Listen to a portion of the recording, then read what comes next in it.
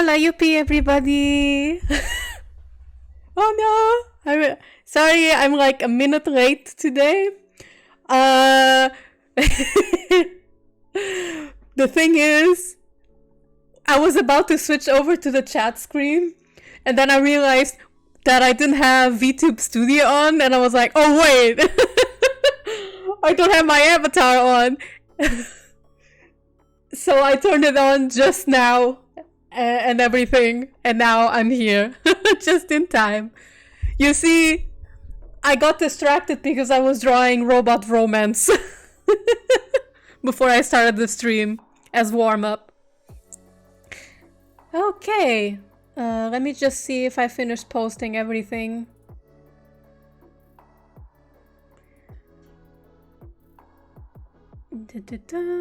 Stream link is posted. Yeah, I can turn this off. This is also working. This can be turned off. And shit. Okay. Yeah, everything is working just fine. Yes, I am prepared as always. This was planned from the very beginning. Also, hi! Yes, I did miss you! I'm happy you are in a stream again. Alrighty then. So without further ado, let me switch over to the art screen and let me see if the robot romance is no longer in sight so that I don't show my embarrassment. Okay, it's the right drawing. Your VTuber is so cute. Thank you, Shady of Darkness. I really appreciate the compliment. Wait. Today we have a tablet on, so I think it's a little bit large. Actually, it's fine. Let it be large. But I think I'm mispositioned a little bit.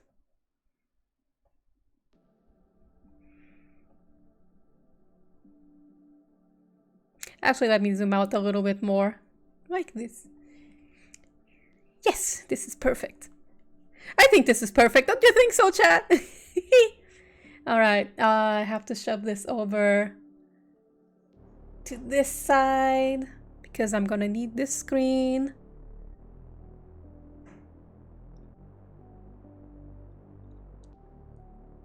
Okay, it's properly zoomed in.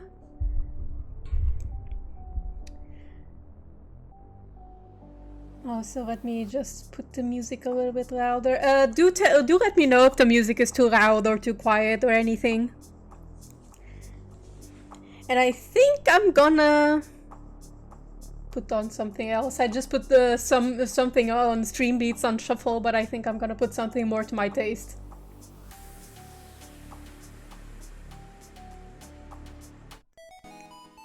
I mean, preferably if I were to be listening to the music of my choice, then I would be using the music from my playlist for this specific project. But it's all copyrighted music, and I don't feel like getting slapped, so lo-fi it is, or more like stream beats it is.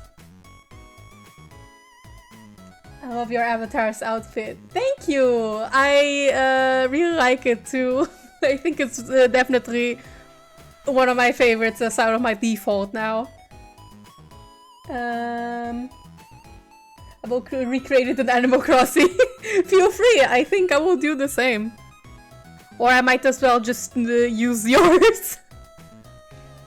Okay, so today I will be working on the cover of my Freedom Planet fan project, which actually has a name now. I'm not sure if I'm gonna do the title reveal immediately, but I might in this stream while I flip through my layers, which are all unnamed.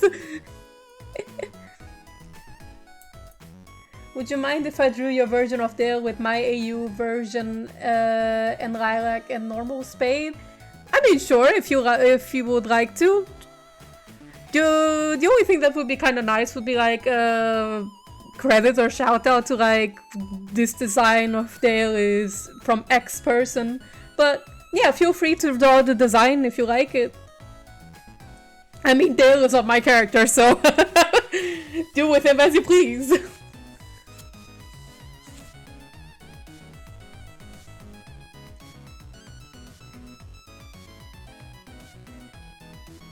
Makes me happy when people want to draw my version of him for this AU, even though he reverts to his normal outfit eventually, which is not really a spoiler, mind you. I'll alt you in Spook Server when I post it. Sure, feel free. I mean, if you do it in Spook Server, I think everyone knows that it's this version of Dale, so you don't need to write credit or anything. You can just post it for like comfortably. The credit or shoutout thing was more or less just a thing that I meant if you post it online on DeviantArt or something. And it's not like it's just a courtesy thing, but you don't. It's not obligatory. I won't like come after you if you don't do it. It's like I said, Dale is not my character, so it's not like you can go after. Credit is still the right thing to do. I agree. Thank you. makes me happy that so many people like this version of him. Even though I am not as confident in my characterization of him as I write him. That's why the only reason I haven't started writing this project for real is because I'm waiting for Freedom Planet 2 just to confirm that my interpretation of him is either right or wrong. Because this might be an AU, but it's very important to me that Dale is still recognizable as his own character in the AU, right? Because if he's very out of character, like so out of character that it looks like a different character, it's like, why am I writing this AU in the first place? It's to explore him. Because I really like his character and I want to explore facets of his character that aren't possible in canon. Use a hashtag for UPRs. I mean, that hashtag is not necessary for the Red Scarf AU necessarily, but maybe I'll make a hashtag for it. I don't know.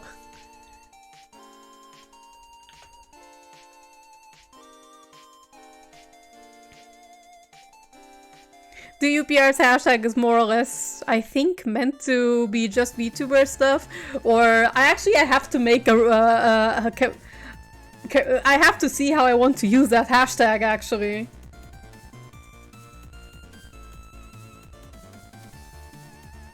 Because if I think about it, if people want to look into the hashtag to find art of my VTuber and then find furries, they're like, what is this? This is what I signed up for. So maybe I'll make a hashtag for like fan art for my stuff, my characters or my fan projects, and a hashtag for like just the VTuber stuff.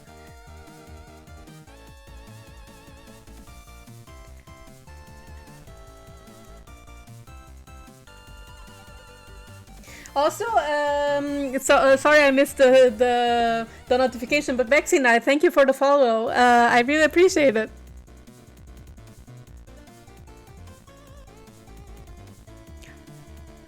I can't wait for the day I have emojis. Because I really want to draw emojis. I'm gonna have so many of my Red Scarf AU characters, it's gonna be fun. And now I need to look into a ref for him so I get his design right. Is there a proper place to find his ref? Yes, there is. I have like a thread for all the character sheets that I have, or more like character references I have for the Red Scarf AU, so I can just fetch it from there. It won't take long. Give me a second and I'll give it to you.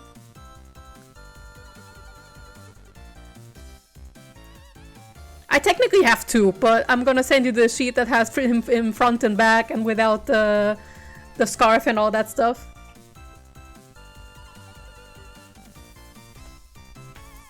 There it is.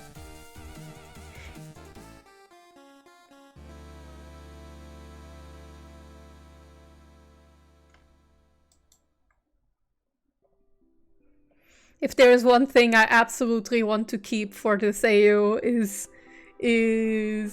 I absolutely refuse to to not draw Dale with long silky hair. Like, this AU exists for that reason.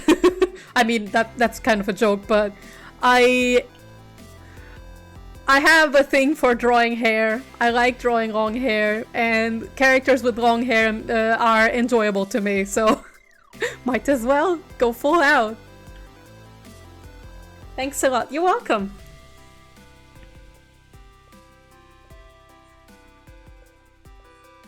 I hope he's not too complicated to draw. I try to keep his design simple and kind of believable in a Freedom Planet sense, but also I threw a lot of my design aesthetics into him. And I hope I hope it's kind of believable for him.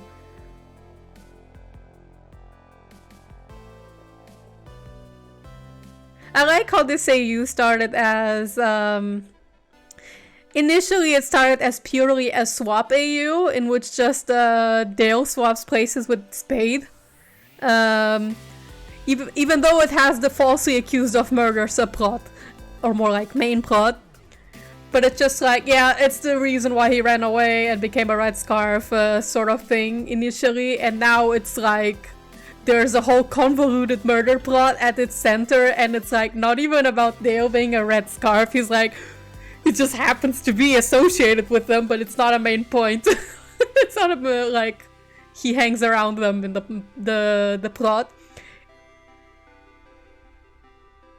I have long hair now. Does that mean you love me? What do you mean? Of course I do. I always have. I always have, bestie.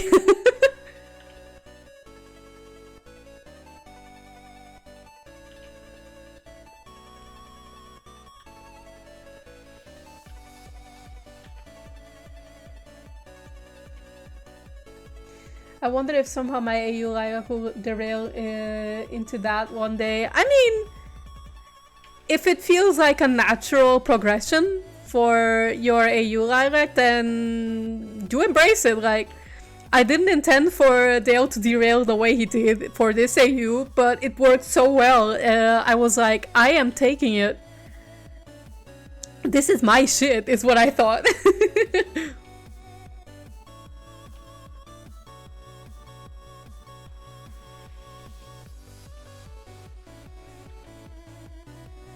So for today, I'm actually just color layouting first the cover before I start line arting it and coloring it, because I need to know how the color mood of this will look like when I line it and color it. Normally I only do this color preparation for like bigger pieces, right? Normally I just line and then wing the colors. But in this case, since I need a very specific mood, I like to plan this beforehand.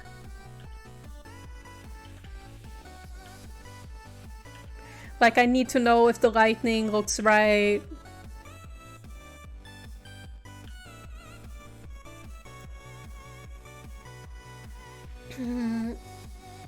So don't you want a semaphore anymore?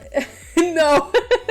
Well, she calls Sash, but it's similar to color lilac, since most people will know what I'm talking about. It's oh, okay, sorry, similar to color lilac. Okay, sorry. Then I'll stick to calling her Sash. Your version.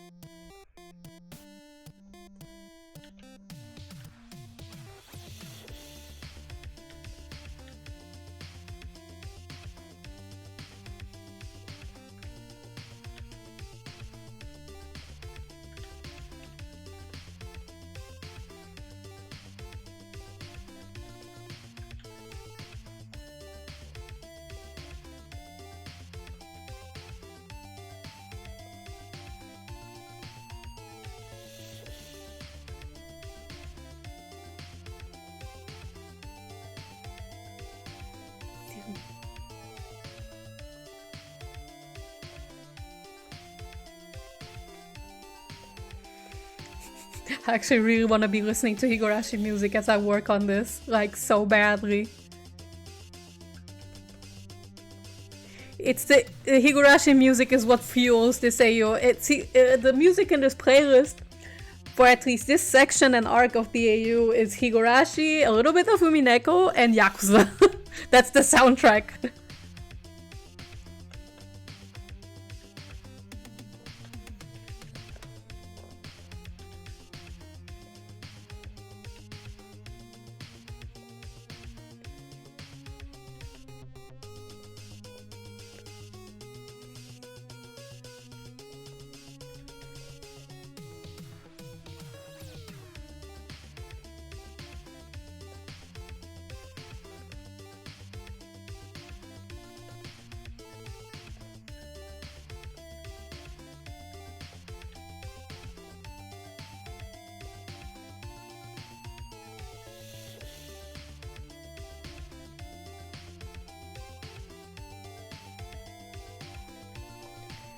I'm gonna need...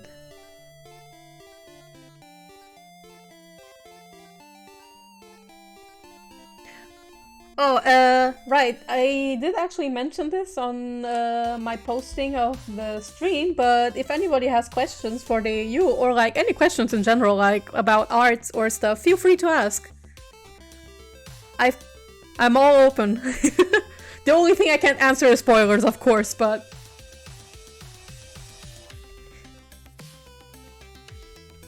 anything else, you're free to ask. And even if you... even if it's something entirely unrelated to art, like, feel free to ask. What inspired you to make this AU? More or less what inspired me were... I think I had seen some swaps AUs before, or like ideas between Spade and Dale about what if they switch positions, and like that's how the whole idea kickstarted in the first place, in which I just drew a design and then it was like I liked it so much I wanted to do more with it. But then what really inspired me to do more of this AU, I think it's just my liking of murder investigation series. And obviously I crave for more Dale content, and since almost nobody makes it, like very little people make Dale content, I'm like, if no one will make the Dale content I want, then I will. So I was just making Dale content and this AU happened. It wasn't intended to be in this big magnitude, but eventually it's just derailed into what it is now, and I'm very happy into what it's become. I think it will be very good practice for me in writing out structured stories.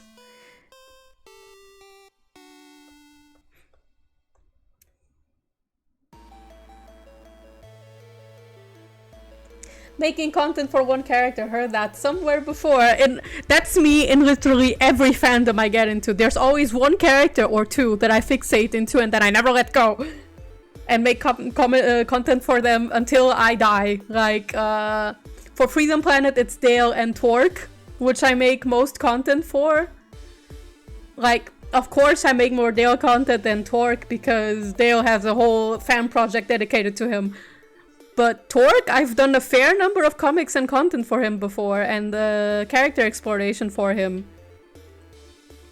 The only reason I don't explore Torque a little bit more is because he's pretty fleshed out, while Dale is not. And he's a character I'm very fascinated into exploring. Well, and then what are characters I can mention which I've fixated to, like one character for each fandom. Like for Mega Man Zero, it's El Piso or El Paiso. I don't know how to pronounce his name. It's El Pis in Japanese. In Danganronpa, it's Hinata. In Samsho, it's Yashamaru. For God knows why. In Street Fighter X, Alex. in Shaman King, it's Yo and Lizege. Then there is Zamasu in Dragon Ball. I don't even know how it became Zamasu of all people of the characters I'd fixate on, but I did.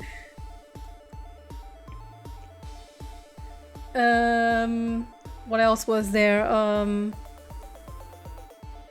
For KOF, it's Shune.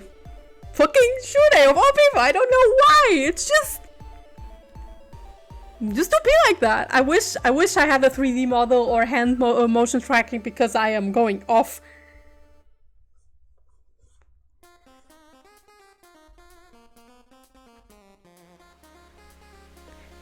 Like, if I get into a fandom or whatever, expect me to get fixated on at least one character.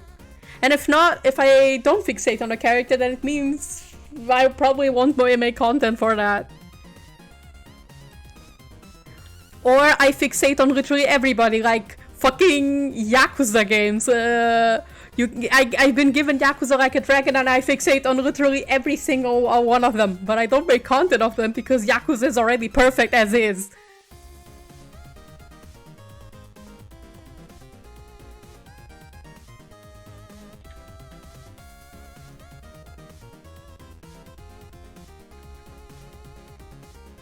The only time I was kind of tempted to make a Yakuza OC was when I was thinking about... when I played Yakuza 0, don't laugh at me, but I really wanted Nishiki and Reina to get together. Because I felt like their chemistry was really good. And then it didn't happen, and I was so mad. I was like, if Reina lives and she doesn't get together with Nishiki, I'm gonna give her a girlfriend. Fuck you. Fuck everyone. But then shit happened, so then the OC did not happen. And it's fine. I can live.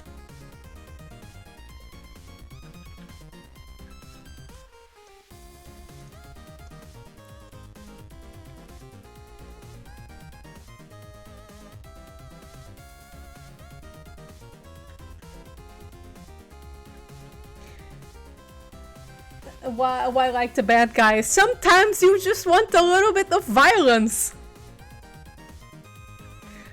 I mean, come on. Have you seen the Dragon Ball villains? The only villain I don't accept people tell me I like this villain is like Jiren, because like, why would you like Jiren? What does he have? I mean, no offense to people who like Jiren. If you like him, then you do you. But it's like, of all DBZ Dragon Ball villains that exist, and one came up to me and like, Jiren is my favorite, I'd be like, are you sure? Okay.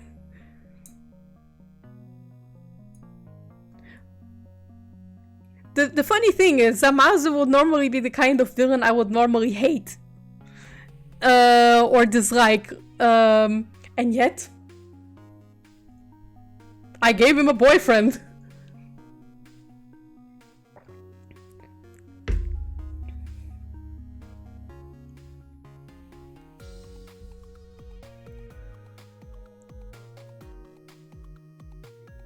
It's not Zamasu doesn't get to live and date that boyfriend, but whatever. I made him anyway, because it's fun to design characters.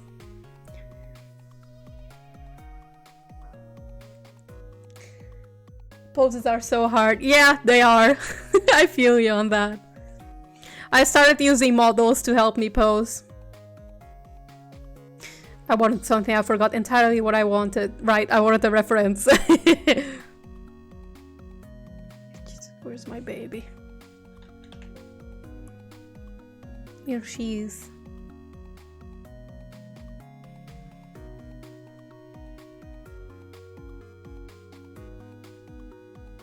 Over here.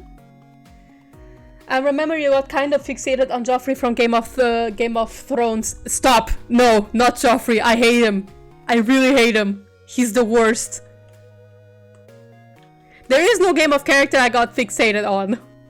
Except for maybe Marjorie. Marjorie is a character in Game of Thrones I really like.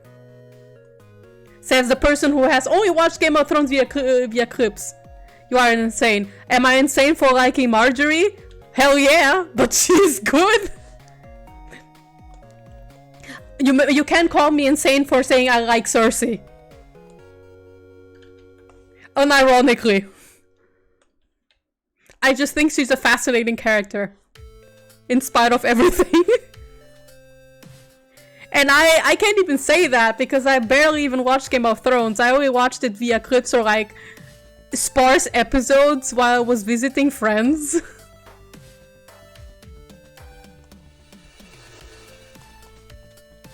But I don't know, Lena Headey is an amazing actress and she does fantastic as Cersei, and I'm always fascinated at seeing complex women in media. That's one of my favorite things in media, like just complex women. So much so that anything... The thing is that in a lot of media you don't get characters with so much complexity and depth in women. Normally it's given to the men, right? The men characters. So that's why I have a penchant to, nowadays at least, gravitate towards women characters. I mean, I always have, but my track record betrays me. But sometimes I feel like he wants to possess me in my work. I saw things. What do you mean? I'm scared what that means.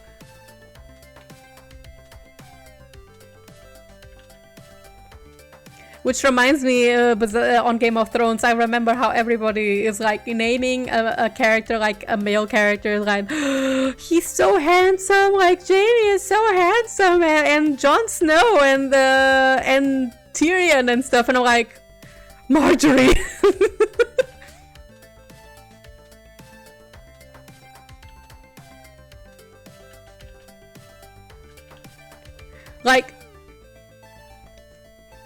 Like, if you don't like Marjorie, what's wrong with you?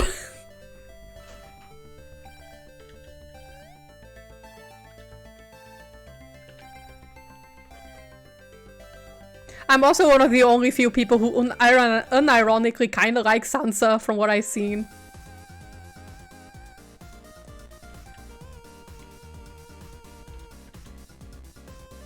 And I kind of like Shay from what I've seen, but I don't know much about her other than she and Tyrion are together and she's kind of a girl boss and I like her for it. And that she would kill for Sansa and I'm all in for it. How did I get to talking about Game of Thrones? How did this happen? I went from furries to Game of Thrones.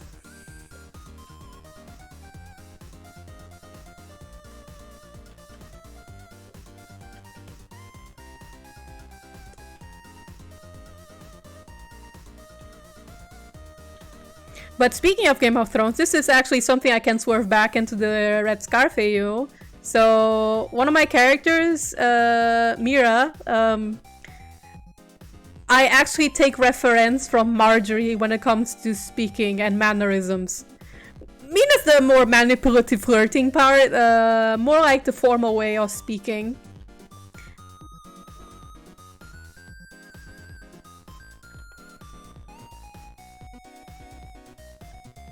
Furry ass is all in the middle of the store. Yeah, sure!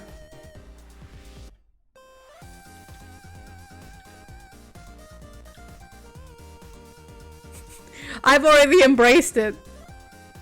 I've had people come up to me in locals being like, hi, I like your furry art. And I'm like, well, okay, might as well embrace it.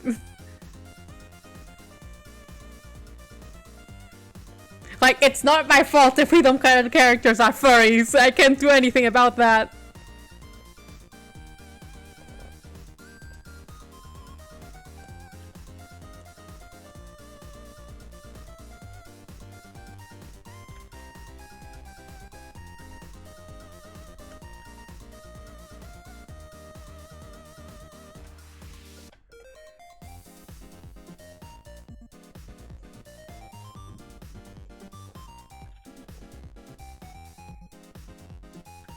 Oh, wait a minute.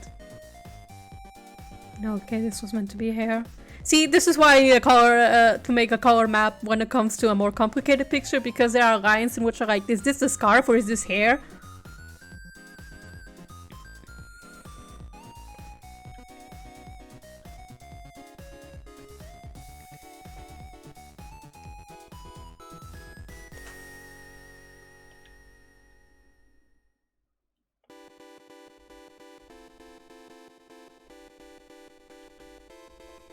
Good that I packed out my test reference because there are some stuff that are wrong in this pic.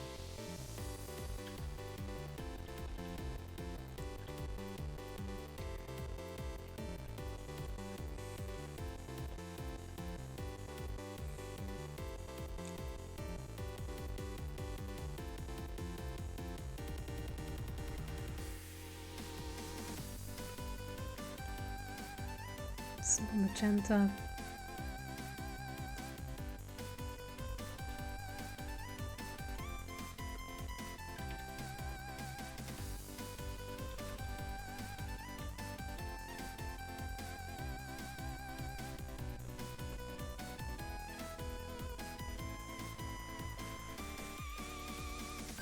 I'm also gonna need like a value check this at in some points. Layer, new correction layer. There we go. Okay. Okay. I don't know if many know about this, but okay, at least from the people who are in the chat. No offense to everyone who's now lurking or knows.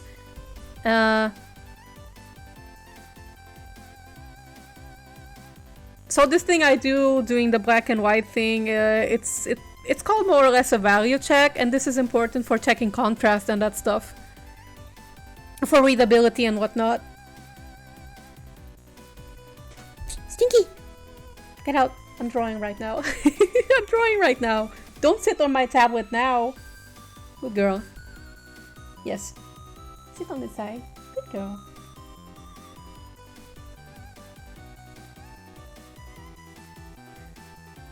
Não estás a atender o aviso no meio da loja. Ah, ok. Oh, well. Unfortunate. I'm so used to drawing my spade that normal spade is a struggle. Oh no. Yeah, this is how I feel about drawing normal Dale. At least, actually that's kind of a lie. I draw normal Dale a lot too, but... he's Freedom Planet 1 version I rarely draw, so it's like, well... Shit! Whenever I have to draw him. And I have to draw Freedom Planet version 1 of Dale at the start of this project. At least kind of. I'm gonna do like a mixture of one and a little bit of mine.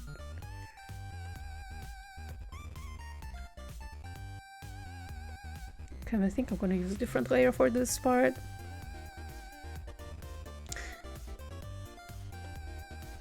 Apologies in advance for the people who are looking at my layers and are like, what is this?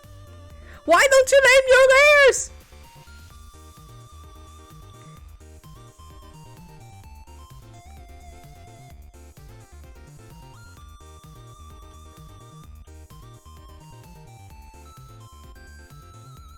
Hi, Evil Cat. Yes, she is here. She's also featured here in this in the stream, like here below me.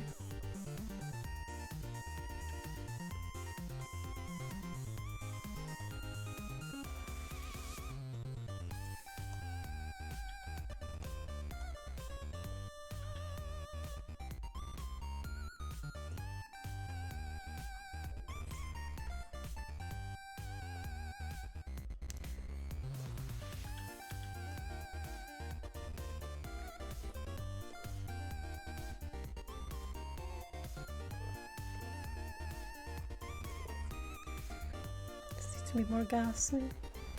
Yeah.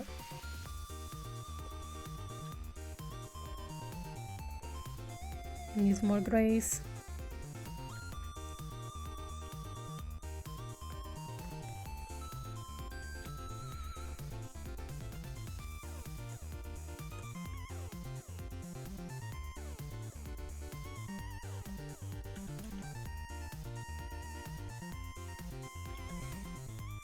This was okay.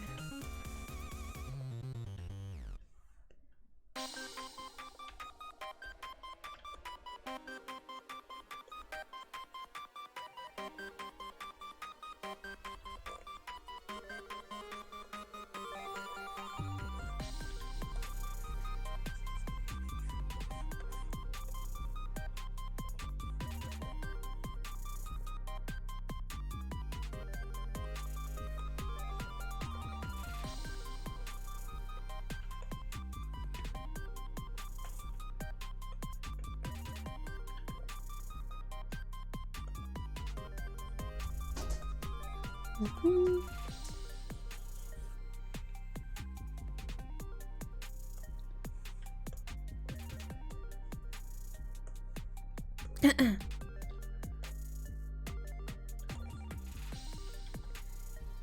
just here because of your cat. Let her talk. She can't talk. I think she gets muted out by the noise cancelling thingy, which is unfortunate, but oh well. It'll be like that.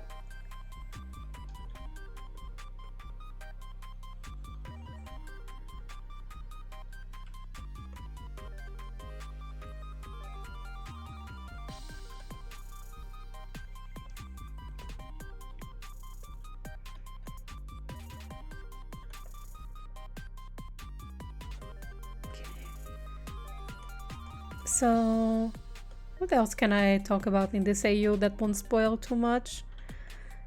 So,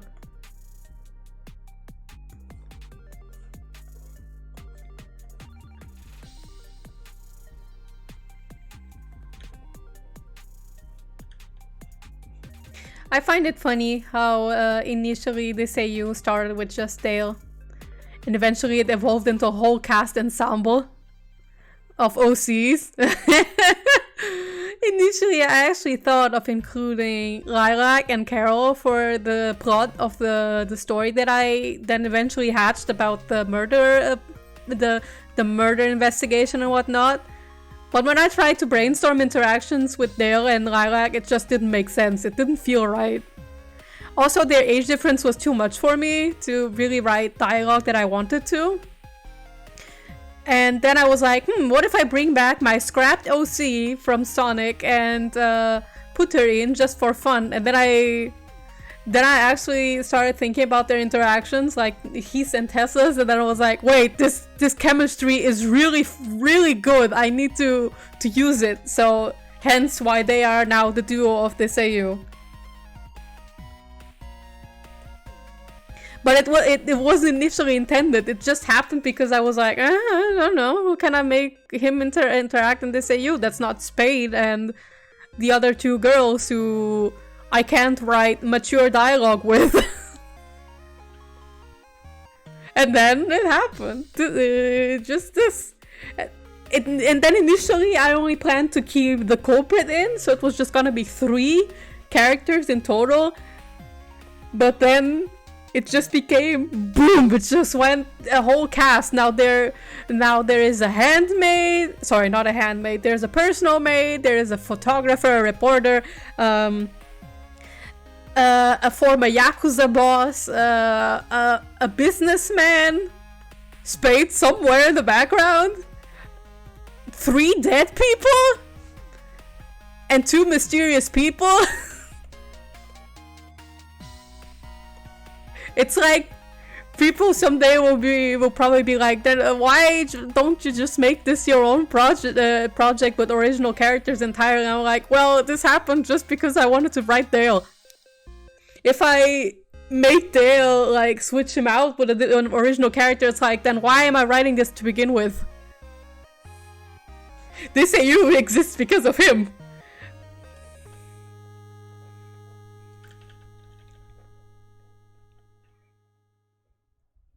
Yes, exactly. Dale content, because we need more. And if no one will make it, or more like, if only a few people will make it, then I will.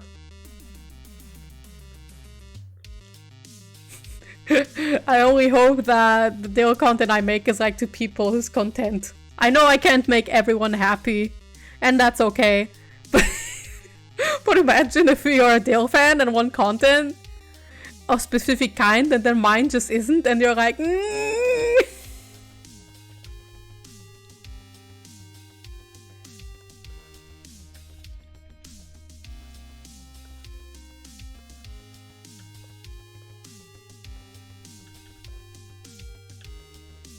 So apologies in advance to the ones who don't enjoy my Dale content, whoever they may be. What personality does this AU Dale have? Pretty much the same one as his canon one. when I write AUs or fan projects, I don't like to change the personality of the characters too much. I more or less like to use it as ways to explore different facets of their characters that they normally don't get to explore in canon. Like, Dale is still gonna be... Hypothetically speaking, if Dale in canon is formal and regal and kinda awkward... and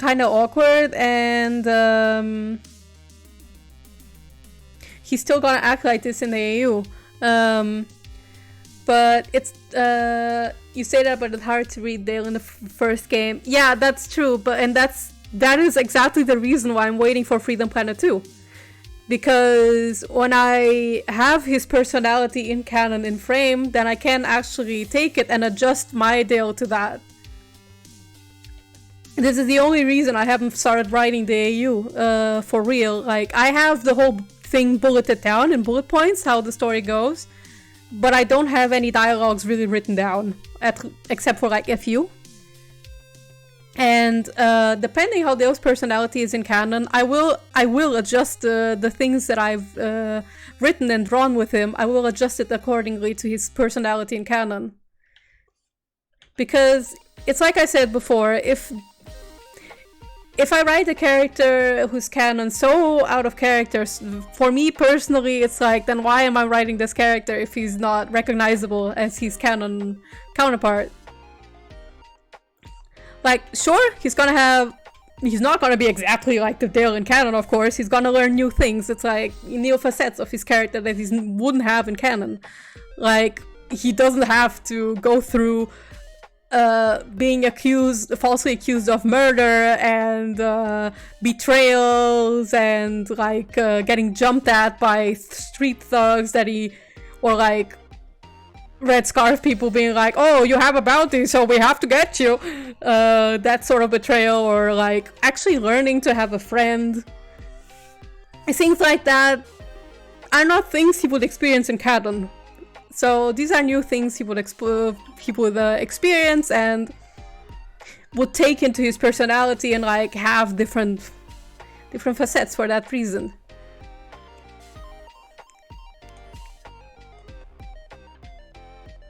Is there a project you are working on that you haven't told anyone about? There are several, actually.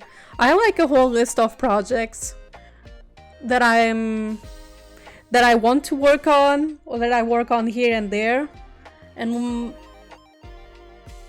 the Freedom Planet fan project is probably one that probably most people already know of, since I'm most overt with it. But let's see, projects that I haven't mentioned before would be... If it counts, I wanted to make some fan comics based on my KOF OC. And also I wanted to make some comics, or maybe even a visual novel, like a short one based on my Samsho OC and how she meets Yasha. Then I was intending... I have like a secret RPG maker project that I haven't really reviewed yet because I'm still working on it, on like the basics. I mean, your secret masterpiece. There isn't one. I don't have a secret masterpiece. I just have stories I want to tell. And I just hope they are enjoyable and kind of well written. But I don't like to think a project will be a masterpiece because I have no experience. And I have no idea what qualifies as a masterpiece. It's very subjective. Like, say, there are people who would come to me and say, yeah, Dragon Ball is a masterpiece and I love Dragon Ball. And I'm like, no, it's not. It has a lot of flaws. Or someone can come up to me, or more like I can come up to someone and say, Revolutionary Girl Utena is a masterpiece, and they can say, no, it's not. And yeah, it's subjective. Don't think I can write the secret masterpiece or whatever. Because I don't think I'm that much of a genius. I just have stories I want to tell and share with the world. it's something that I'm not really... I don't really think about or like plan. Okay, the job that makes you most proud when you finish something.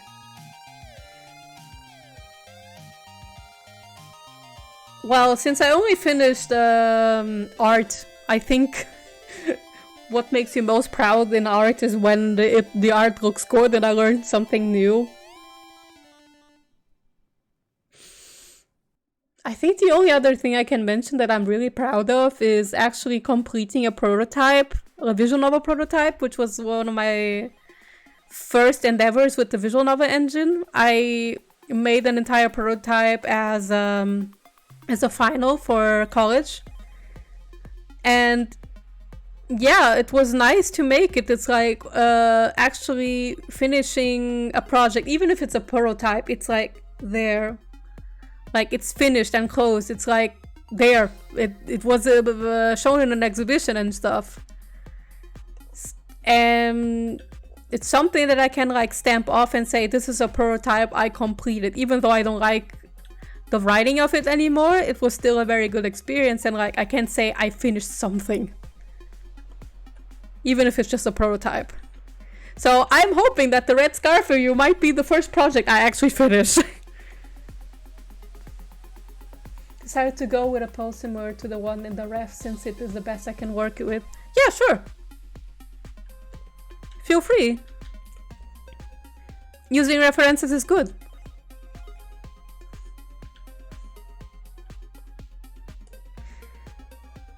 Also, sorry if I sound a bit jumbled in my answers. I didn't prepare myself since they're like improv.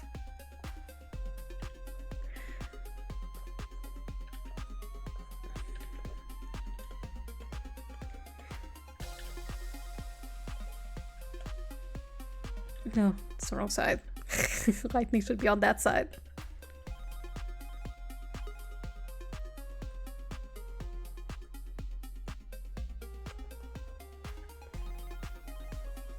God, I actually realized I never really finished the question of what will be Dale's personality in this AU. Aside of what I said, like, I will adjust his personality as it is in canon. The few things that I want to explore with him are like things of like challenging his worldviews a little bit, whatever they might be. I assume as a rich person and a royalty, he has a lot to learn. Like finding friends, knowing what a real friend is like, learning how to trust people intimately. Maybe learning to be resilient and dealing with failure a little bit. No, wait, actually his canon version will do that. And like, I just want to see how he'd react with a world that doesn't think much of him anymore. And like, when he has the title of prince and royalty removed, what it does to his personality, like how does he perceive it? Like if he's not prince or royalty anymore to people and he started treated like differently, I wonder how that affects him. That's some of the things I want to explore with him.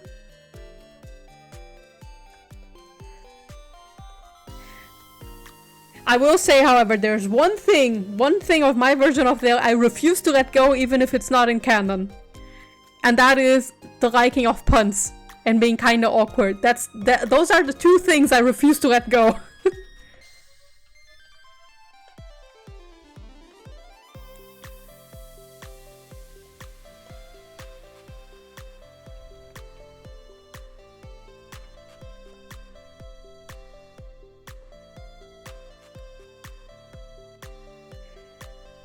Sorry, I know I'm annoying, deal with it. No, you're not!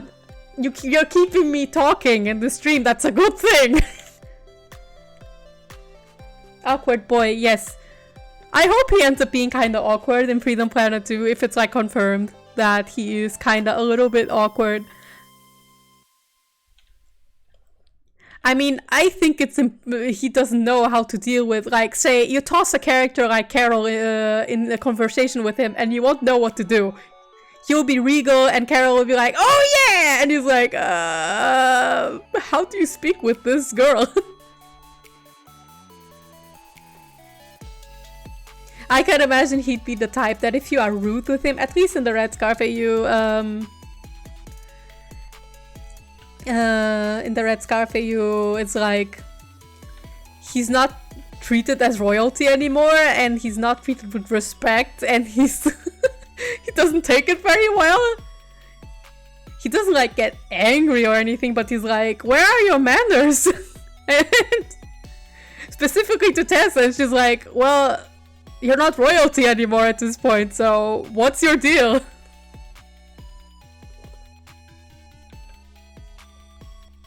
Can I tell a joke? Sure, you can tell a joke, as long as it's not offensive.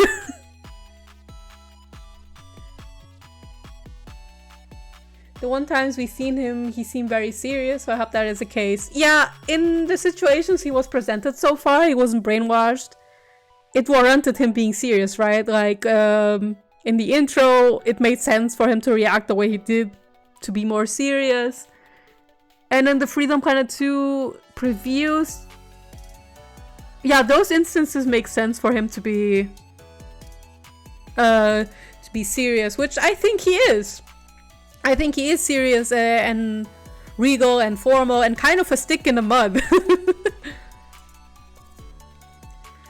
But he knows exactly how to compose himself in a formal conversation, but as soon as it gets like casual and stuff, he's like, "What?" Like, "What is green and smells like bacon? Kermit's fingers." Oh no. Oh no. But yeah, as I was saying, there seems to be a hint that he's kinda either self-conscious or paranoid, depending on how you take the line. And no, I'm not imagining things. It will depend how Sean will say it in the voice line. But it sounds to me like he's kinda uneasy. Or like he's kinda irritated that nobody believes him. And Nira does kind of allude to him being nervous as always, right? I don't know if she's even referring to him, but I hope so. I think the one trailer Nira mentions casuals.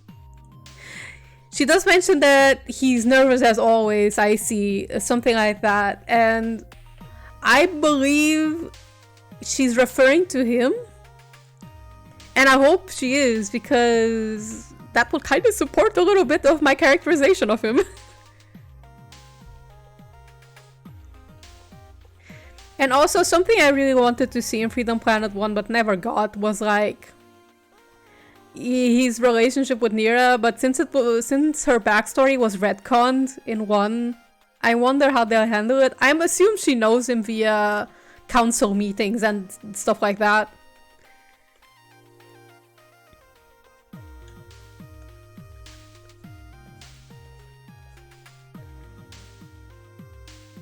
The line could be taken out of context though.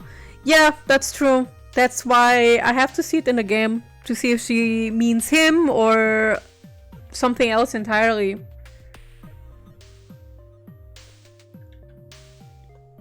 God knows, maybe she was referring to Askel of all things.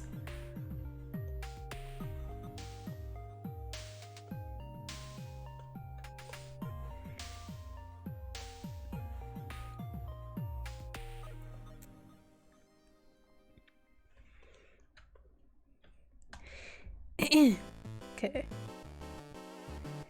You got a reference for Hyde.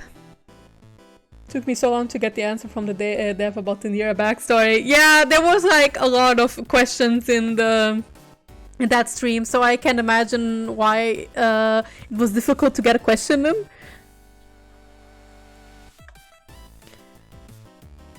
But hey, Sabrina did answer the question, so I'm glad that was cleared up.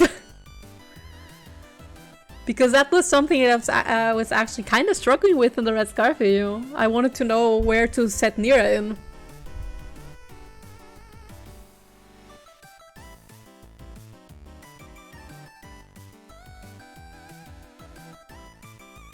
We get the reference.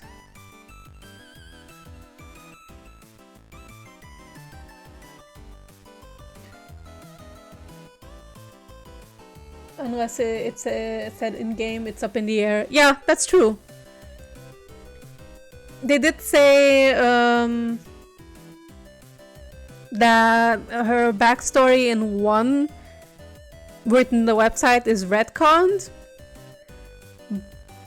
But who knows? We'll see what Freedom Planet 2 says.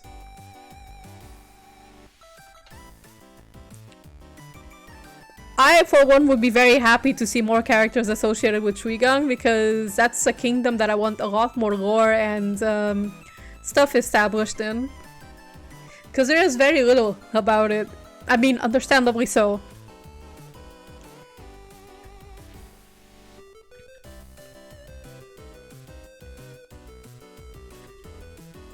I have a fascination for water cities, so I guess you can say my attachment to Shuiga has kind of a little bit to do with that.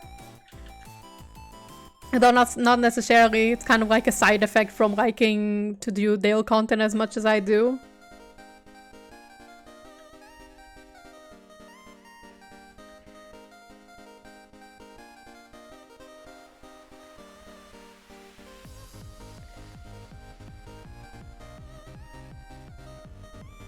Sad, but my AO still use that backstory, and I like to keep it since I like Priestess Nira. Yeah, that's valid. I mean, that's what AUs are there for. To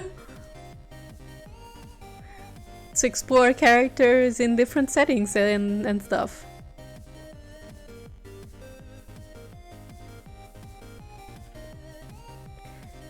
And who knows, maybe Freedom Planet 2 will be like, well, she's a priestess after all. Let's see.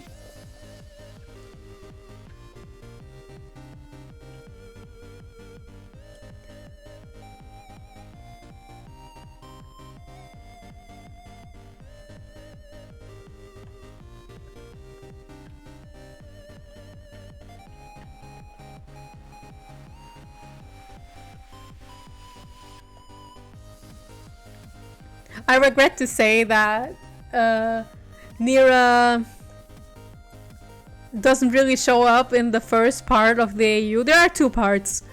The first part is the one that I'm drawing the cover right now for. It's like the murder investigation thing. She just doesn't show up because she doesn't really have a role in that part of the story. Since like the other rulers won't be like involved in this situation, it will be more like underground stuff. But she will play a role in the second part, and I have to know her backstory a little bit.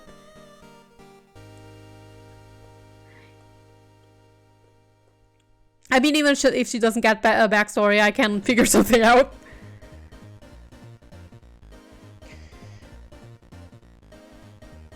What is your biggest dream in art? Your career top?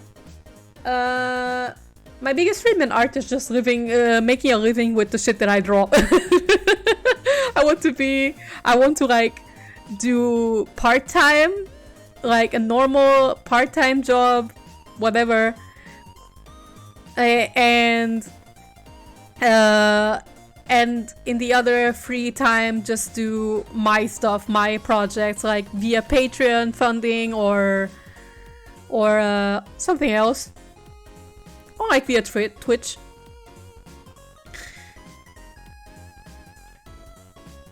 But I definitely don't want to be working for others in a long time. Like, I work as a game artist now. And sure, freelancing projects will be fine, which I can decide when I want to work on a project or not. But at the moment, I'm getting drained from my job.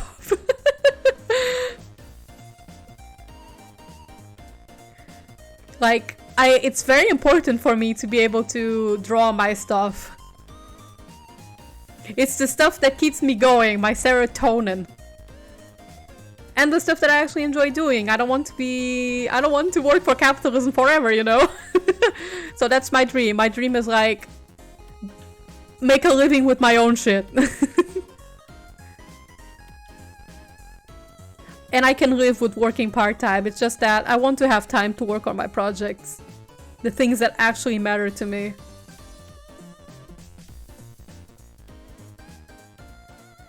My inner Nier relationship in me loves any interaction between the two. Yeah, I hope you get some interactions between them and Freedom Planet too. I mean, you definitely will, given that you can play as Nira as the main character. But I hope they give as much as possible.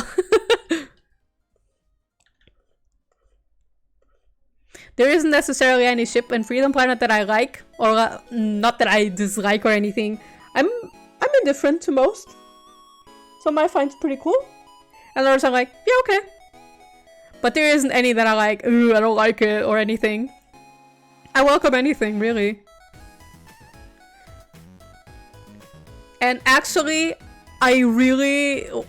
When we had the backstory for Nira in Freedom Planet 1 being that she was a priestess from Shuigang and that she wanted to beat some sense into Dale, I really wanted to see that happen. I really wanted it, and I never got it, and I am upset.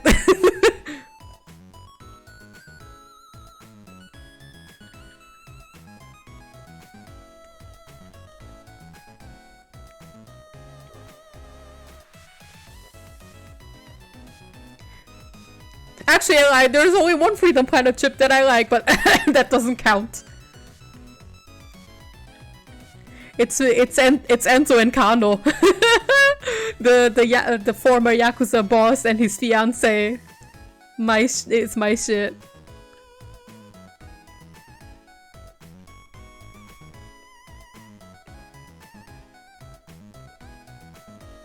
And who knows, there's actually maybe some others that I kind of like. I think Karolak is kind of cute.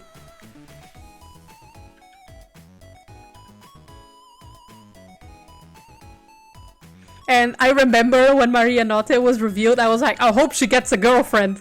This was my immediate first thought. Nira smacks him so hard he got no mind control would have been so funny. Yeah, I would have actually liked that. Or like, imagine Spades defeats him, brings him back to normal, or like, mostly back to normal, comes in Nira and she like, whacks him with her staff.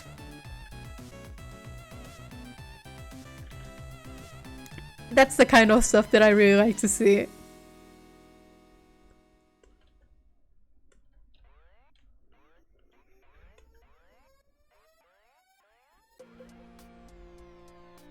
I need some more tea.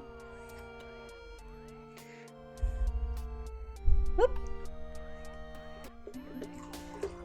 Now that I think of it, I'm very, very curious of what people would think about Mira's and Dale's interactions, given that she is his personal maid in the AU. When I get to it. She's a very sweet girl.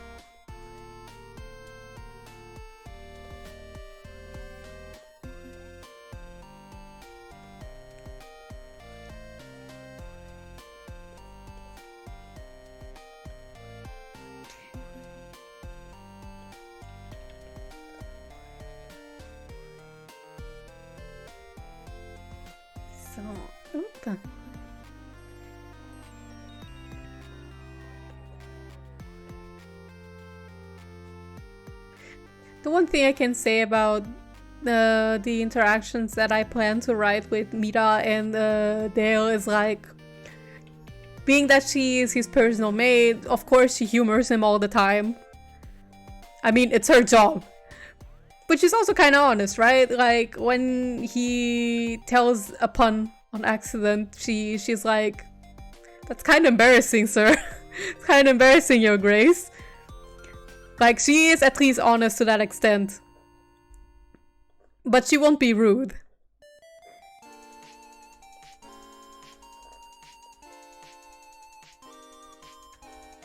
But she does stuff like do his hair, keeps him company when he's training because his dad is too busy, Spade is being too busy being a criminal.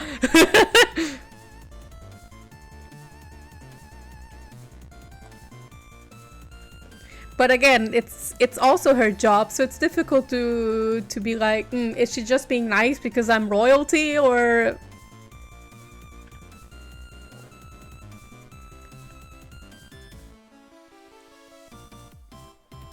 But like, she does have, the reader will see that she has at least a modicum of care for him because she is the one who frees him from prison, right? So she's one of the few people who believe in him, right?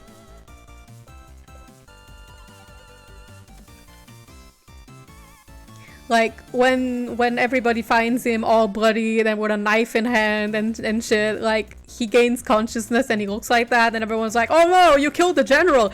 And they throw him to jail and nobody believes him because the evidence just points at him. And she is the only one who, maybe aside of his dad, who believes in him and frees him from prison and is like, we have to find the true culprit. You must find him! Find your brother! Maybe he can help you! And then Dale goes to the red scarf and Spade is not there and is like, well shit, what now?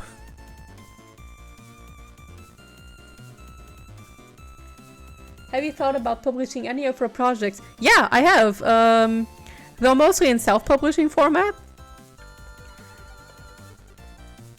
I don't know if I would let some of my projects go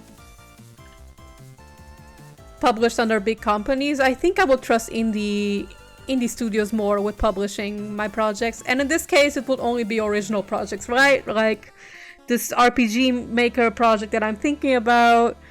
My original visual novel, I might, like Star-Crossed, I might need to make it a Kickstarter and a team project because it's way too ambitious to make it alone. So in that case, maybe it would be published. But smaller visual novels, like a few others that I'm planning to make, they don't necessarily need a publisher. So I could self-publish them, but if I do get a publisher that gets like interested, that would be pretty neat. That would be pretty cool. I would like the dream would be to someday have games on Steam. Not really games, but more like visual novels on Steam. But at the moment I'm thinking of just using itch.io for publishing projects. It will be all under my name, and if it gets like, I don't know, it hits off, then sure, I would let if it gets interest, I will let someone publish it. I buy it in pre-sale 10 times. Don't exaggerate. I don't know if there will be a limited edition or not.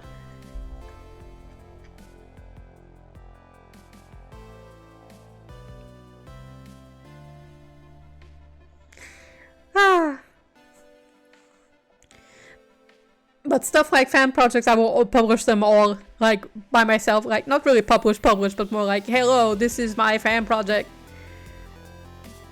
Read it. But the original material is not mine.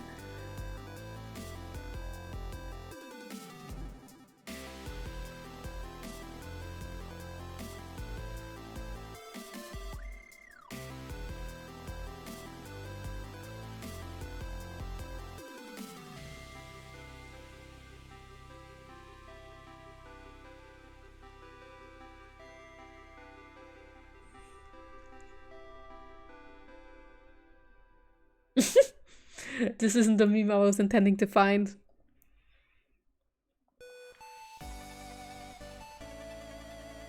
Okay, but I will need this later anyhow, so I might as well open it.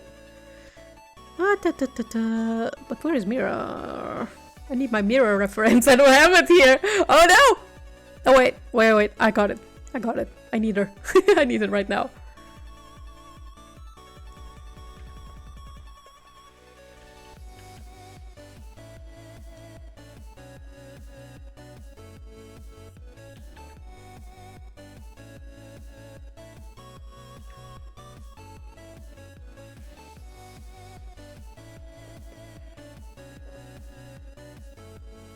So yeah, any other questions, feel free to send them my way. I have enough material to talk about this AU without having to like spoil anything, so I can talk eternally about this project.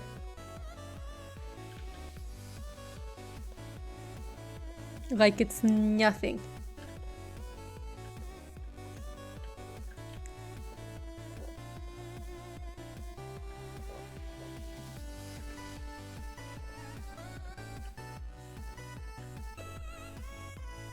Like if you want to know if a specific character shows up or whatever, that stuff I can like answer.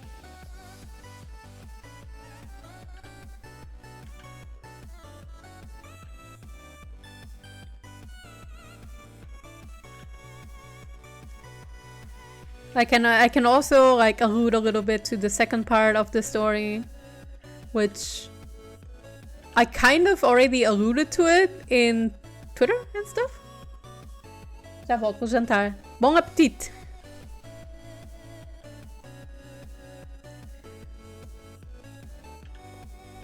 Like, I believe this isn't too bad if I mention it, but the second part of the story is gonna be like in the future, like in the aftermath of this part of the murder investigation.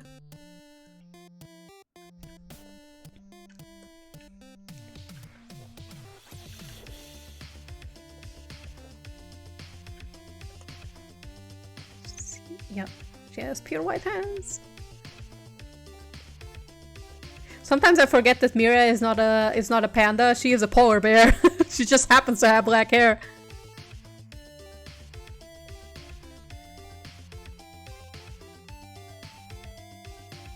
She's a tiny, lanky polar bear. Like, I love how both Maynard and her are polar bears. And she's tiny and small, and then you have Maynard who's big and chunky and mean. Maynard is a piece of shit, and I don't hesitate to say that immediately. That's like first character moment that I will establish. She is a asshole.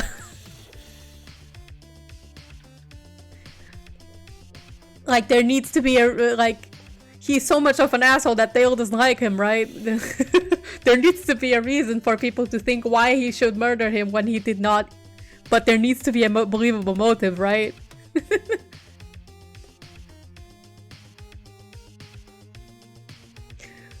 Like, I can describe Maynard's and Dale's relationship as like, as a general of Trigun, it's like his job to train him.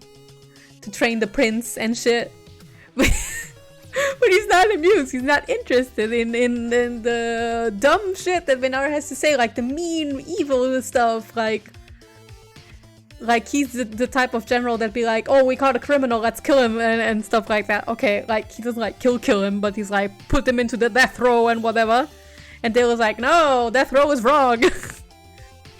Okay, that's an extreme example, but he would be for more, if he would be for like, favorable for more aggressive stuff going on in retaliation, and Dale is in super disagreement with him and they butt heads and shit,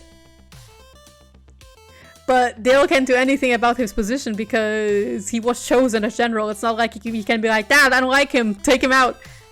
He's just gonna be like, well, sorry, he does a good job, you have to deal with him. So they don't get along at all because Maynard says stuff like, he berates Dale a lot, indirectly, and sometimes even directly, saying stuff like, well, your brother is better in hand-to-hand combat than you, and stuff like that, and yeah, you can't be the king of Trigun if you are this weak. And of course he doesn't take that very good, right? Like, constant berating by your trainer isn't the best thing, you know? It's not the best. And like, that's no spoiler or anything or revealing too much because that's literally in the bios that I wrote for the Seiyu. There needs to be like a reason for people to think why Dale may have killed him, even if it's like for the most petty reasons. When he did nothing! You just walked in and the general was already dead, and he was like, well, no!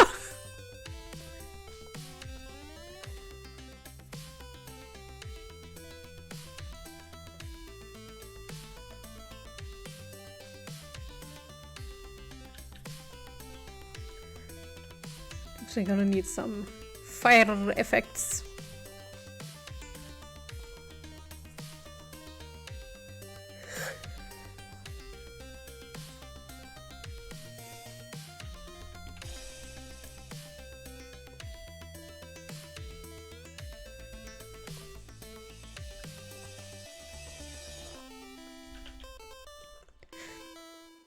Let's see. I'm also kind of curious what the audience may think of Maynard when he's introduced. If they're gonna be like, Maynard, like, man like Maynard, he punches Dale in training. Or if the other half is like, damn, Maynard is a bad guy, you. But I can imagine a handful would be like, damn, what a Chad. Even though he dies like within the prologue, but oh well. You need a murder victim for your murder mystery, right? So the asshole is the easiest person to kill.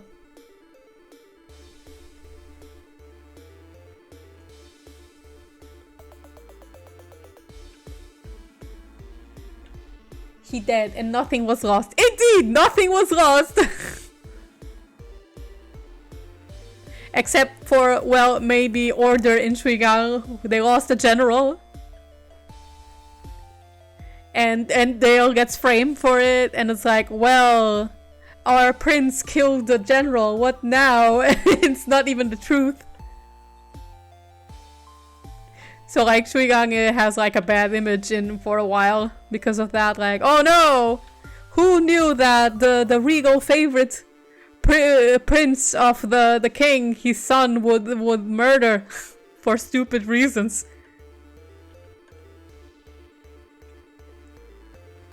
We all thought that Spade would be the murderer, but God knows it wasn't yet.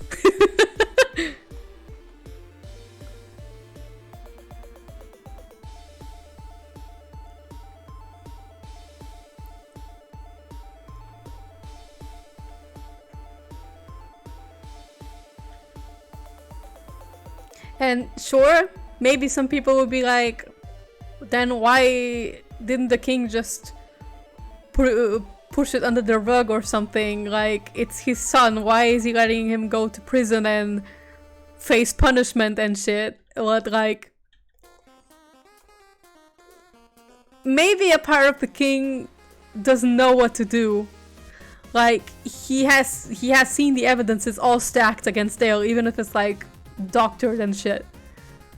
So he's like, well, what's the right thing to do? I don't know. I can't do anything to save my son. And I can also low-key imagine that Dale struggles with the thought that he disappointed his father.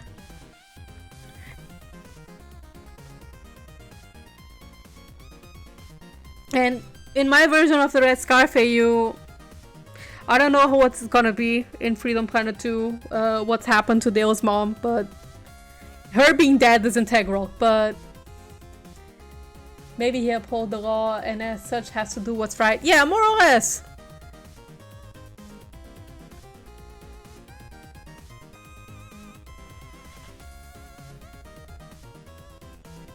Like, he sees everything is stacked against his son. There isn't much he can do. Except for hope the trial maybe clears him of innocence, but you know, all the evidence is against him, so... Good girl Mira here, she goes to Dale's prison cell before the trial and frees him, because she hears that like the evidence is all stacked. And she's like, but I believe him, I think he's innocent, maybe he can save himself somehow. So she frees him and lets him go. She helps him escape. Which is all in the bio, so it's not spoilers. Haha!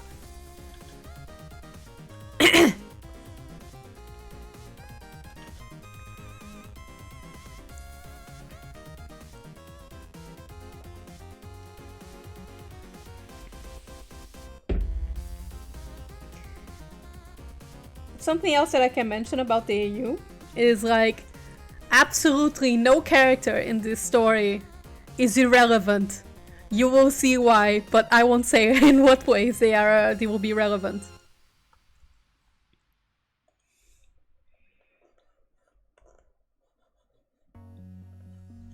I actually initially tried to put all characters in the cover, but it became too full. Like, I tried to fit the Queen, Aldo, and Maynard in, but they crowded the picture too much, so I just kept it to the characters who are alive. Except Arlen, he's like there, a shattered picture. Because the imagery of him being dead is imposing. And kinda relevant.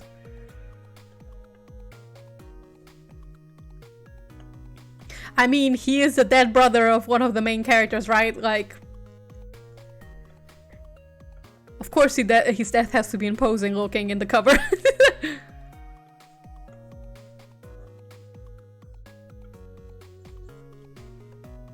I'm constantly scared of being like, what if I'm talking too much? What if I accidentally spoil something? But I don't think I am.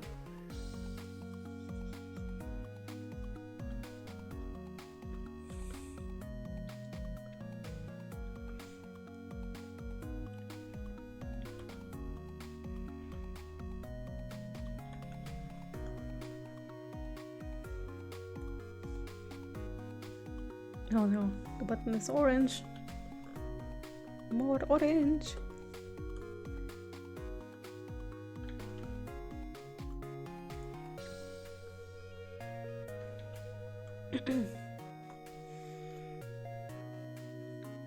Sash and Spade Reinhardt is done. Time to start Dale's detail. Hey! Yay! Let's go!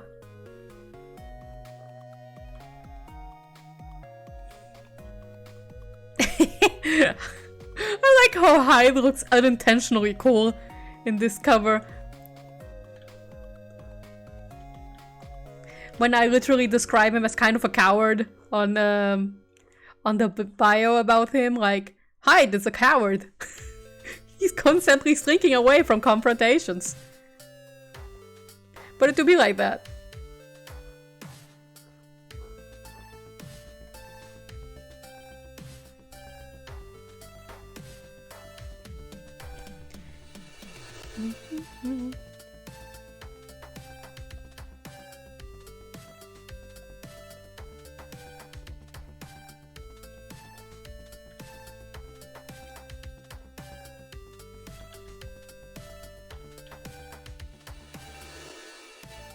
I can't wait to get started on writing this AU. It's just, oh, there's so much. There is so much to write about.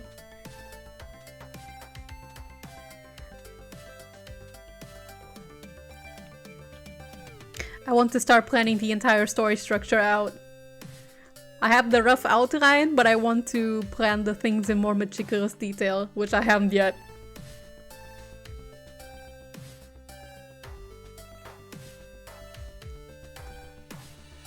What I can say already though is I already have everything set to a foregone conclusion. So even as I get to writing, nothing of the story structure in itself will change, but the only thing that will change is like the in-between stuff, depending while I'm writing.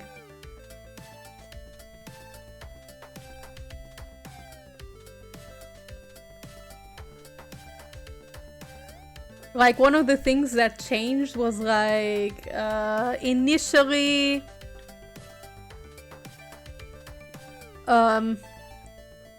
Wait, I can't say that, that's a spoiler. That thing is actually a spoiler, I can say that.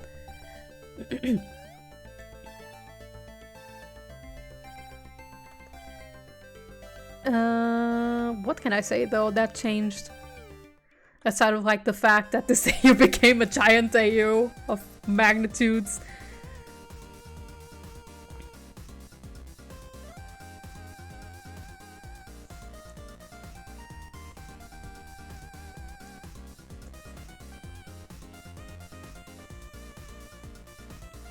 I don't think there's anything I can mention about what changed without spoiling something, so I will shut up now.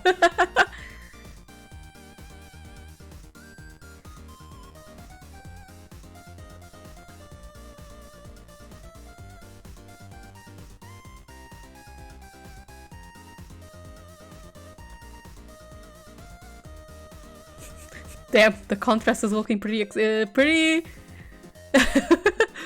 menacing. Yep, even without the line art, it's looking pretty nice. The value check. This is nice. It's actually working out for me.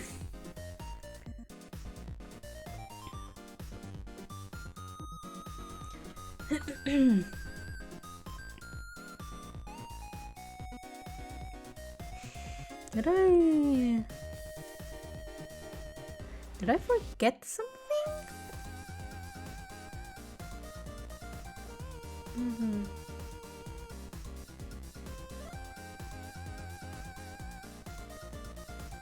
Stopping by to say, if you haven't heard it today, you're amazing and I believe in you. Oh, thank you! That's sweet.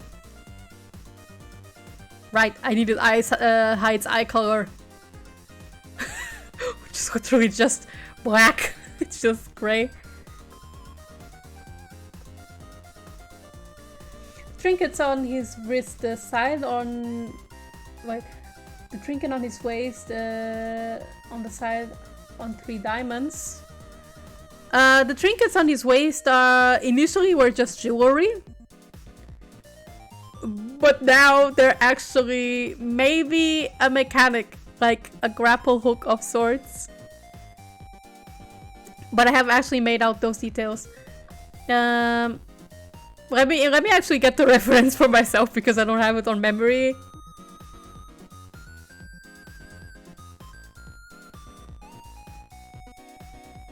No, that's the wrong folder.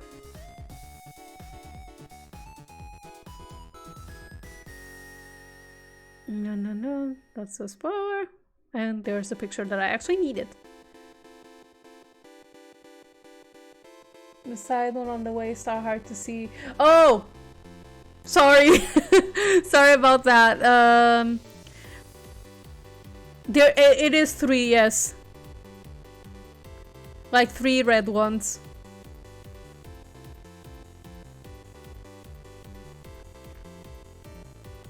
Which actually I forgot to include. I should include them now. Okay, yeah. I even got the color wrong. Damn, even I get my own reference wrong.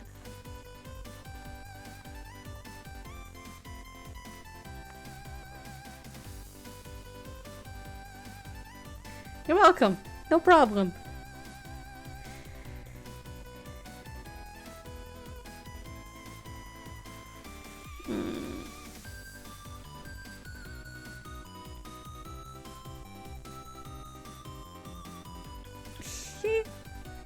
I really did forget to include the other 3 gems.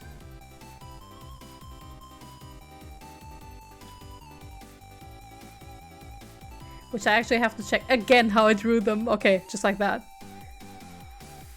I don't even know why I gave him that jewelry. I just did. It's just there.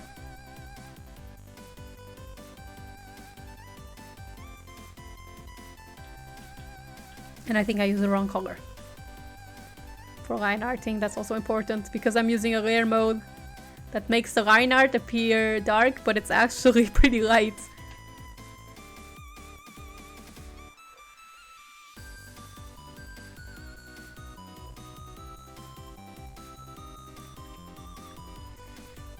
There we go.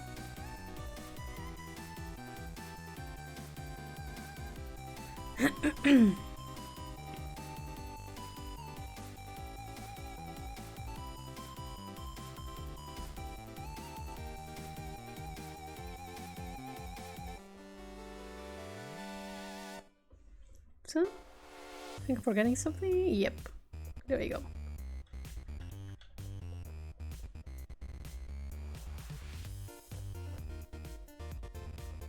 I think I'm gonna choose something else to listen to.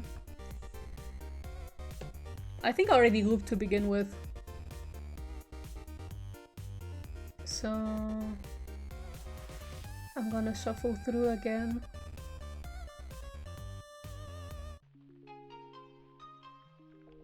Okay. Felt like listening to something more calm. I mean, Like I said, by my own choice, if I could choose the actual music I could listen to, I would be listening to the Higurashi music right now. But I can't. At least not yet.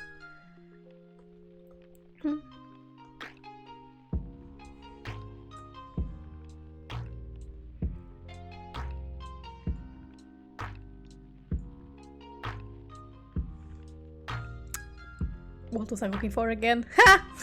My memory is pretty bad.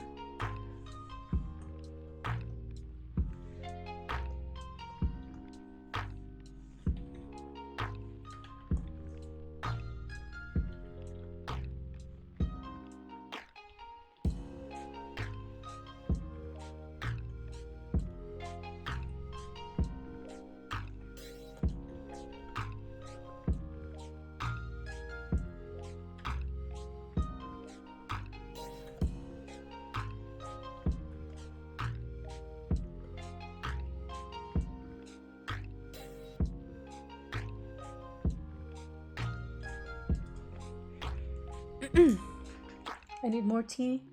I need to stay hydrated.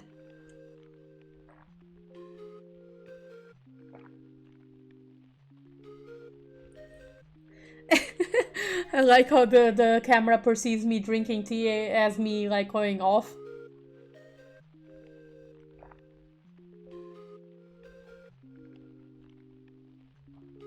Now it perceived me as looking to the side. That expression was great.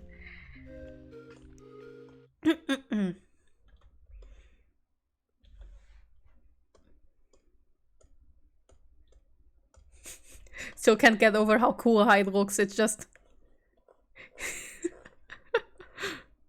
unintentionally making him look cool. I mean, it's the cover art. He's allowed to look cool for just this time.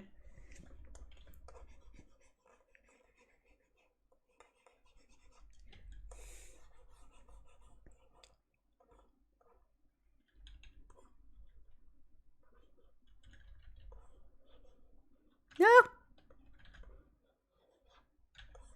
Did the music just stop?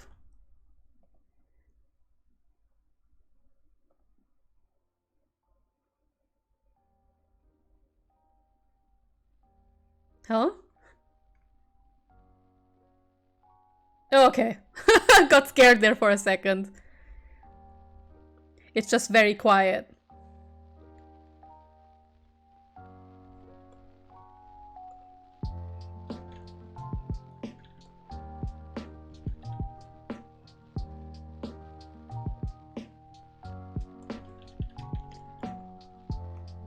The outfit is done now for the most important part. Hair. Yes, the hair. The long, beautiful hair.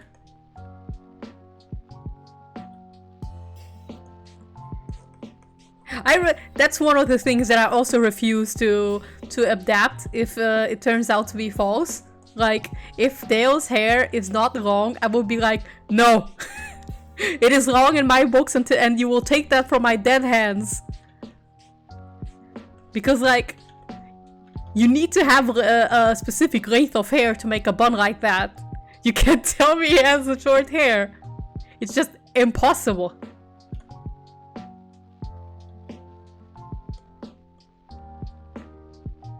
And long hair is way more fun to draw. Not to say that short hair is not fun to draw, it just depends on how short. Like, Spade's hair is fun because it's fluffy. Hyde's hair is fun because it's messy and stupid, but messy.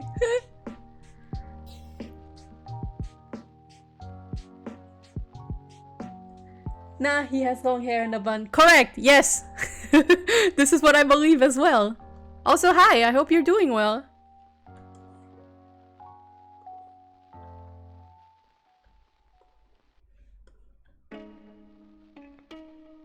Just doing some art.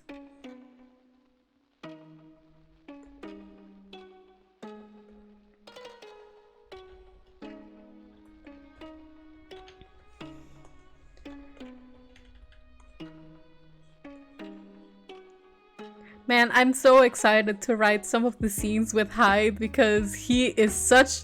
If you thought Maynard is an asshole, welcome to meeting a Hive. He's not a bigger asshole than Maynard, but he is a asshole. He's already sleazy and a coward, and then when you confront him, he's like, yeah, so? What do you want from me?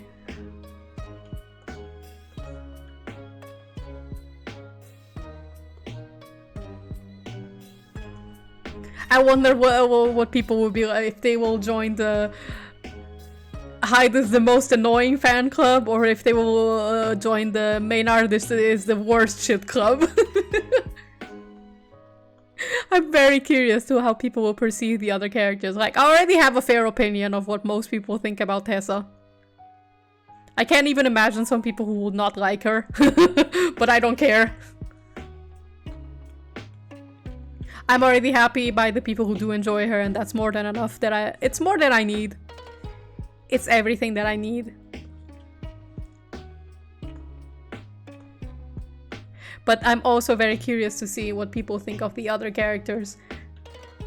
Which maybe I would know if I would draw them more, which I do not. Which is all my fault.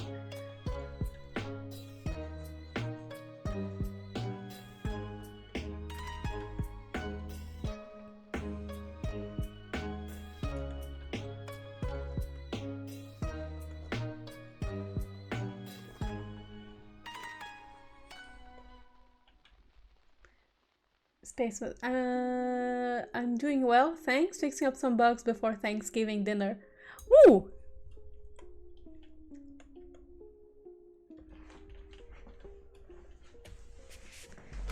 Right, today is Thanksgiving, I forgot.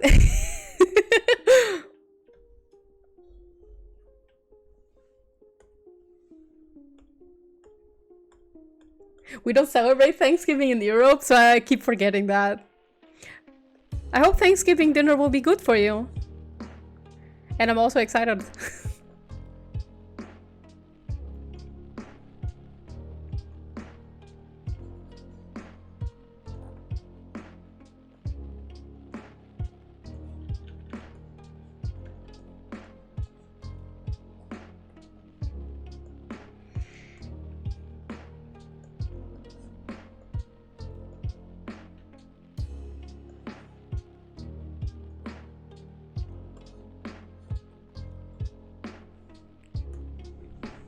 Yo, look, my most drawn hair type is messy hair. Yes, that is my favorite kind of hair.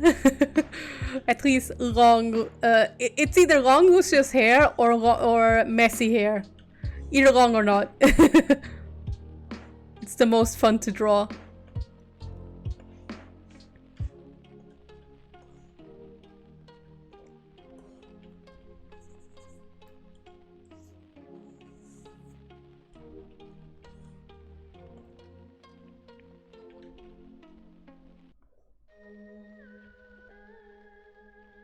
Oh boy. There's also something else that I just thought about that I'm so excited about showing when it's there. I cannot wait to show interactions between Enzo and Kano. Like, the two... There is a reason I say, like, they are a ship that I love. Because you will see why they work as a couple, as they do, but you will also see where they butt heads.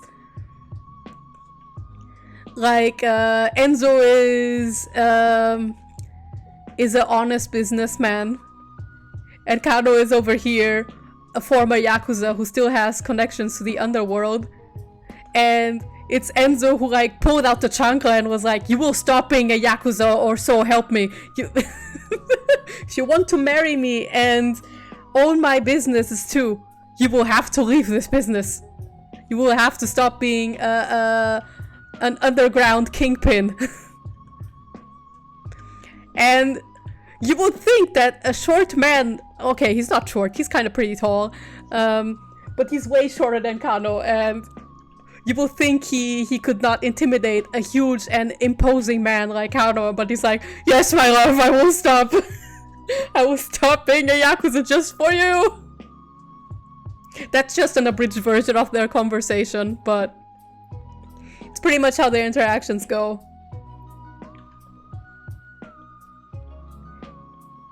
And like, you would think that Kano is afraid of absolutely nothing. But then comes comes Enzo with the chancla, and he's like, no! My love, I did nothing wrong! And he's like, Enzo starts cursing in Portuguese. Like, I don't know if Avalis has like a Brazilian equivalent of Brazil, but I will make that exception just for Enzo, because I want to have a Brazilian character. Because I like seeing Brazilians like me in media. So Enzo is my inserted Brazilian, I guess. And I imagine Kano to be multilingual, so he knows Portuguese too, a little. And Enzo comes in like, seu filho da mãe, I told you not to do any more Yakuza business. And Enzo is just losing his shit, while Kano is like, no, please! But they love each other very much. They are a very wholesome couple. And like, it's not like Enzo like hits him with the chancla, he just tosses it. But he's not like evil or menacing with it, right? It's just like that Latino thing. For some reason, I get that sort of vibe from the Islands place in Freedom Planet 2. I do know that Parusa is meant to be based off the Philippines, if I recall. Do correct me if I'm wrong.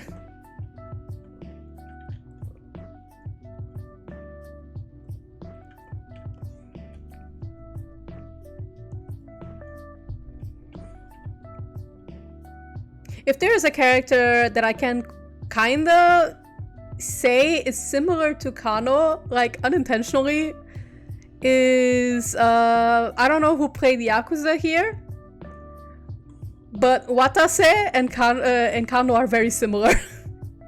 At least from what I've seen of Watase in the Yakuza games that I played. Please, for those who have played more Yakuza and played Beyond 4, please don't spoil me. I haven't seen beyond that. I don't know when Watase shows up exactly, aside of like a dragon. So all I can say is Kano and Watase are very similar. Yep, it's based on Philippines mostly. Yeah. I think the islands look very pretty. I'm very excited to see them. There are times I'm just like, I want to hibernate until spring. But I have to make the money to keep my roof, so I will resist. I will resist and I will stay awake until spring.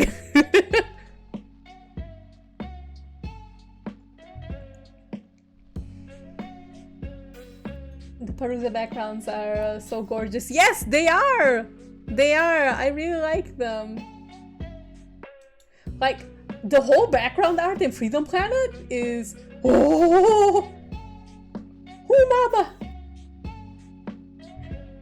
Such good art! Ah! I actually put a self-imposed deadline on me on when Freedom Planet 2 gets released.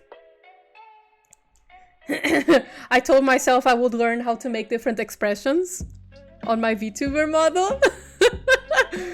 Because the characters deserve, and the art and everything deserves my full range of expressions. Also, if I manage to get a 3D model, it will be even better. My apologies in advance to everybody who will witness me doing the Suigang arc when the day comes.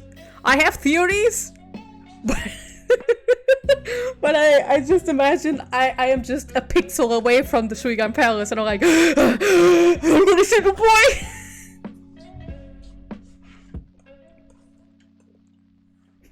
I would be like hyperventilating like a crazy little crazy little baby.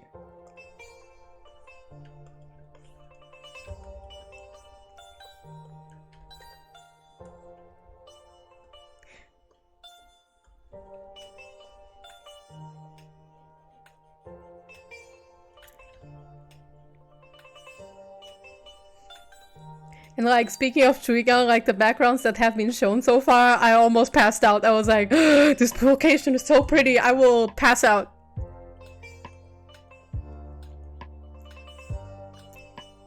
I'm really excited. I can't even. I can't even formulate it in words. Like, if you look at my Steam wishlist and someone asks me, so, Yupi, what do you want from your Steam wishlist? I'm like... I show them the list and they're like, which one do you want most? Probably the ones that are up top, right? And the thing that is like at the very top is Freedom Planet 2.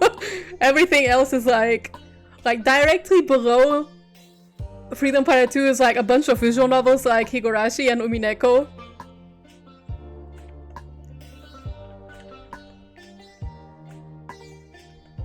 And then people ask me, what should I buy for you? Do you want me to buy Higurashi for you? Like, just silence and staring at Freedom Planet 2 at the top. And I'm like, yeah, you can buy Higurashi for me. Which, to be fair, is actually good material for me.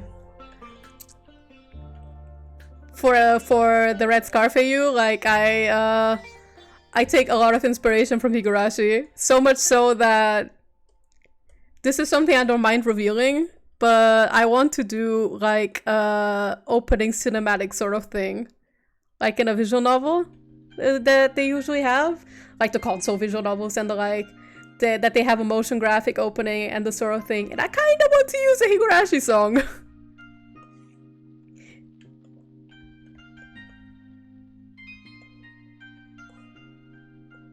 Like, just go full ham. Okay, I think I have the hide ready. Mira is also done.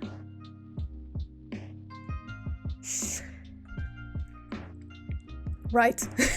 Okay. There was also actually also done for this concept part. Now I need my main couple, my main boys.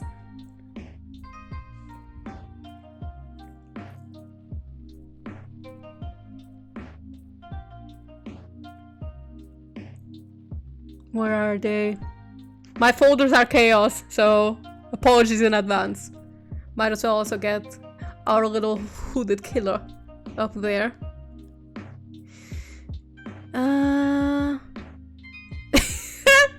I like how Kano's reference sheet is written as just Tiger Ref.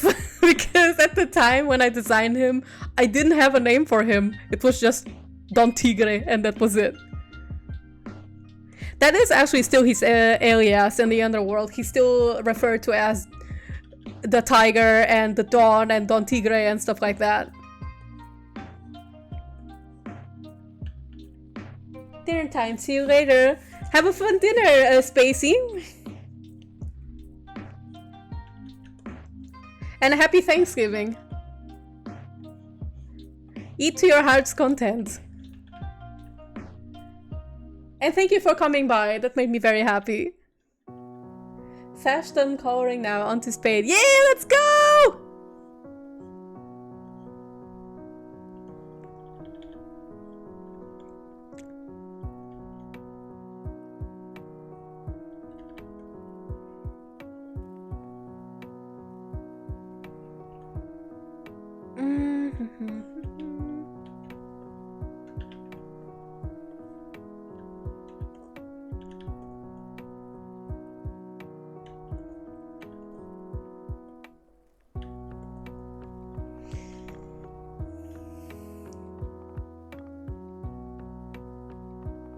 The way I drew him, he looks so done with everything. Oh, but that sounds like Spade. That sounds exactly how he's like.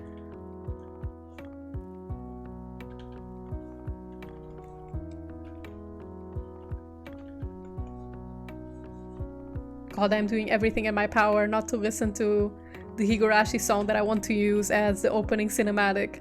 I am doing everything to just resist and listen to lo-fi. Because I don't want to be punched by the DMCA gods.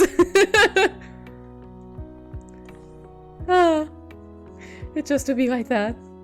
Like, even if in Twitch I'm allowed to eventually use music that I want,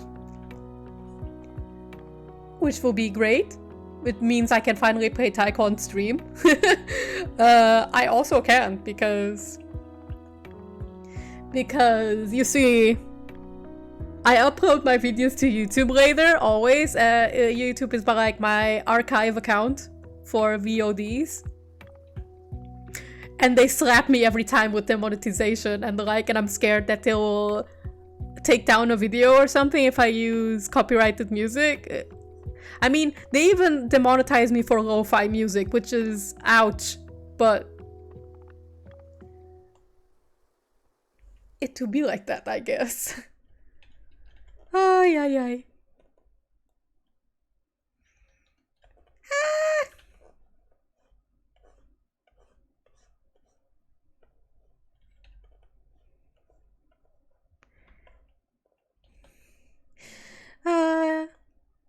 Just thinking about this.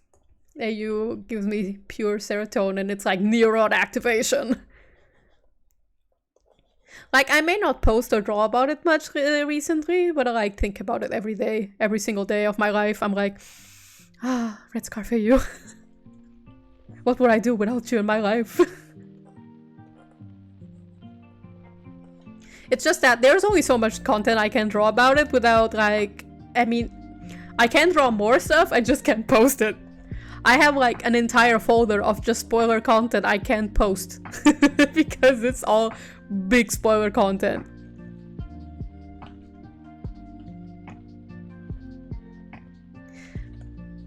But now that Freedom Planet 2 has been shown to be released in spring of 2022, I have finally found, not really found motivation, but I found inspiration to work on it for real.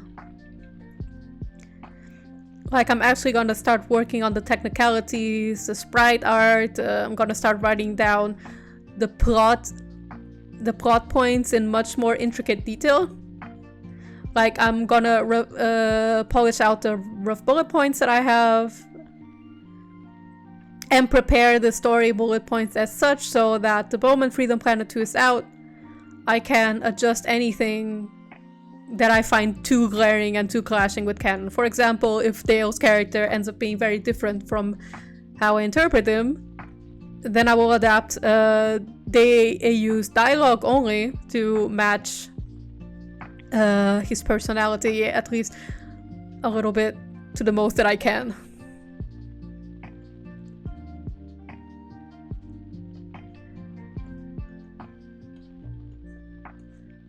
And stuff like, even just like basic lore, I will even adapt according to Freedom Planet 2. Like, for example, Shuigang culture, I will adapt that. Like, what I took from so far from Shuigang culture is like more like what Freedom Planet 1 has given us, and a little bit of Chinese culture, but like only very loosely because I'm not Chinese and I'm not too well educated on it, so I mostly try to keep it to how Freedom Planet 1 adapts.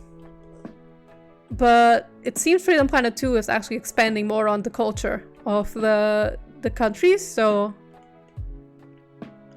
I really do intend to adapt stuff on the AU based on what will be revealed on the cultures of the different countries and like. The only country that I won't need to really adapt to is Enzo's, because his country is literally just abolition Brazil.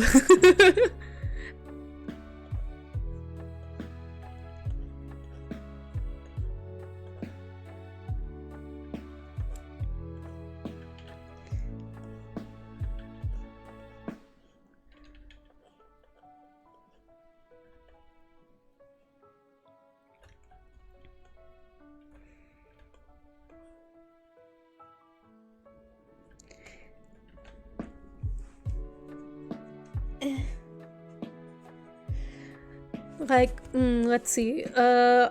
We do have a lore Bible, so I do mostly adapt the kingdom stuff and the cultures and like to what is given in the lore Bible.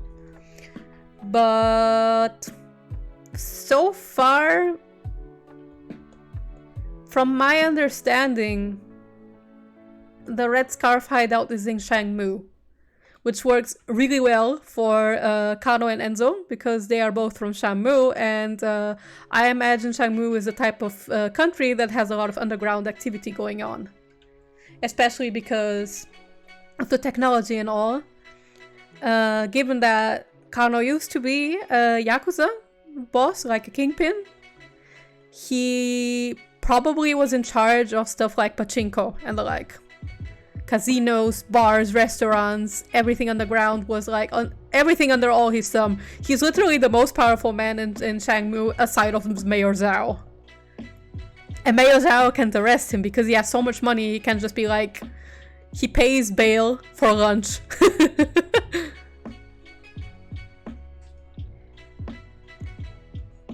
And it's not like Mayor Zhao can just take down the most powerful former kingpin. He no longer is, so he's kind of in the clear. I do imagine Kano has gone to prison once, but... or maybe has been close to going, but Enzo was the one who stopped it from happening.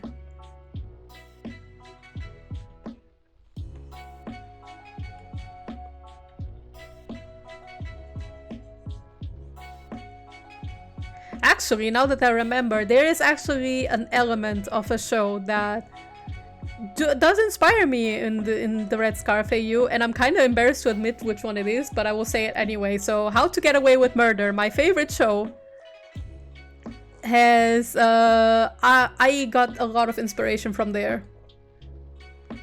in terms of how lawyering stuff and doctoring crime scenes and that kind of thing inspires me. Like, I did not know you could transfer fingerprints, and it actually saved my life with a lot of Red Scarf AU stuff.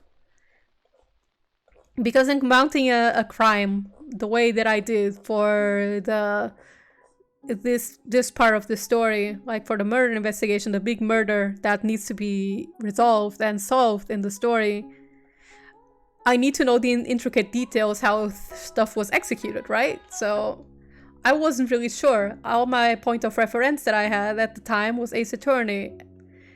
And while Higurashi has a kind of murder mystery going on, and Umineko even has some too, for me to inspire from, and I watched a lot of Conan and other crime investigation stuff, they tend not to be that intricate, right? It's mostly Ace Attorney that gets very intricate, or like the very big Conan cases. But nothing that really helped me stick to a long case. Only Ace Attorney helped me. But technical stuff like knowing how to fake fingerprints and the like, I never knew how you could, and How to Get Away with Murder showed me how it works. And speaking of the show, I finished watching the whole thing a few weeks ago, and it's my favorite show. Hands down. Like, real life TV show, I mean. Like, my favorite show of all time is still Utena, but How to Get Away with Murder is my favorite TV show. I don't think there is a show for me that is as special as How to Get Away with Murder. Like, the writing in there is awesome. The characters are amazing. I mean, okay, I'm sorry, Annalise. Annalise is like one of my favorite characters of all time. And Viola Davis is an amazing actress. And like, this is exactly what I meant before when I said I really like seeing media with complex women. And How to Get Away with Murder has them in spades, and I was so excited to see all these different characters, all these different women and girls with complex and gray personalities, you know? Like, most of the time you have women in media, they tend to be like either good or either annoying or bad, right? And it's like how Viola Davis said in an interview about How to Get Away with Murder that she wanted to play a real woman, and that's what I feel like a lot of the characters in that show are. They feel very realistic and very real, and I like that.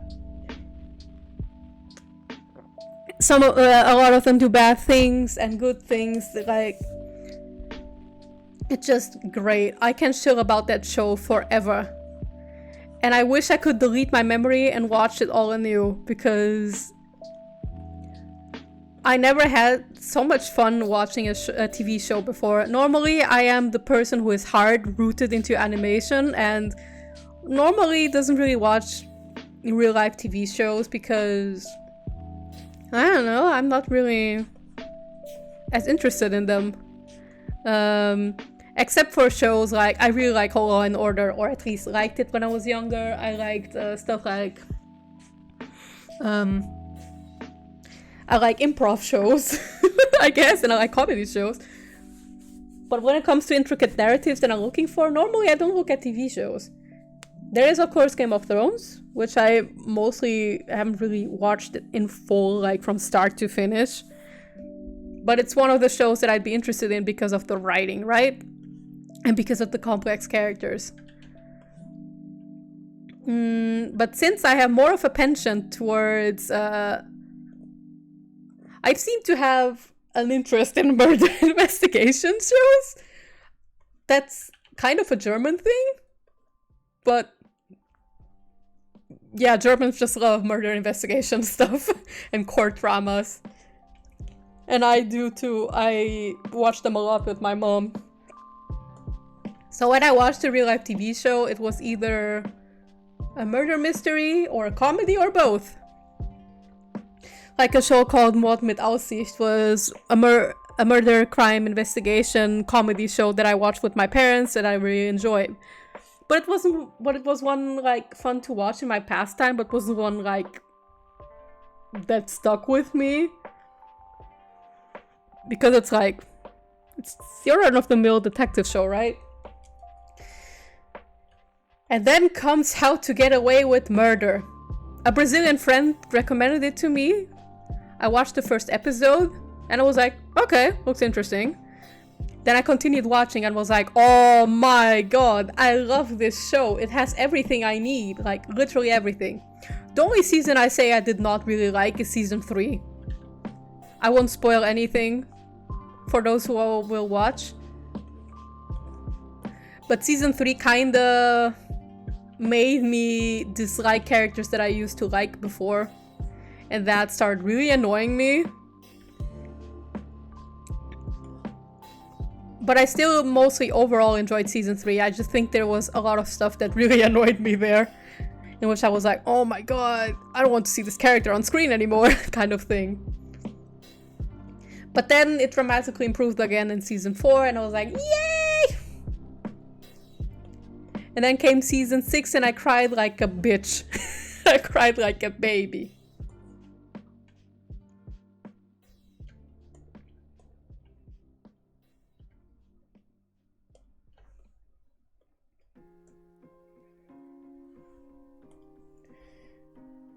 I have finished. I'm gonna post it in the server. Ooh! What is it with so many shows stumbling during season 3s? Good question, Crystal Mash. Also, hope you're doing well. I don't know what it is about season stumbling in season 3. I do hear Game of Thrones is one of the few exceptions that doesn't stumble in season 3. Do correct me if I'm wrong. Who has watched Game of Thrones in full and can vouch for me in season 3 that it was good? Wasn't that the season with the red wedding or whatever?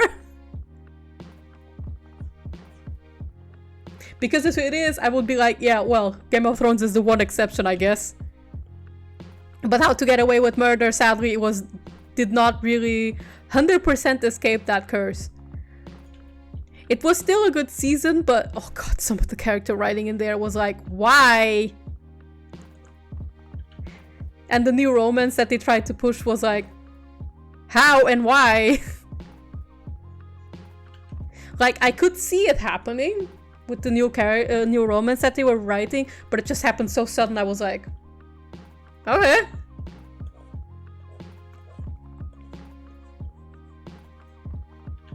I'm actually never gonna forgive what they've done to Laurel in season 3. God.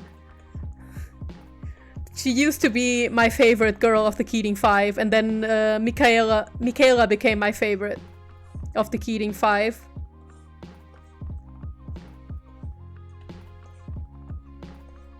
Like, if I had to count my favorite characters and How to Get Away with Murder, it would be Annalise, of course. She's my all-time favorite. One of my all-time favorite women in fiction in general. Then I really love Tegan Price. A character that shows up in later seasons. Mikhail I like, but I like her a lot, actually. But I'm not sure if I would call her one of my favorites because I really started to enjoy Frank in later seasons.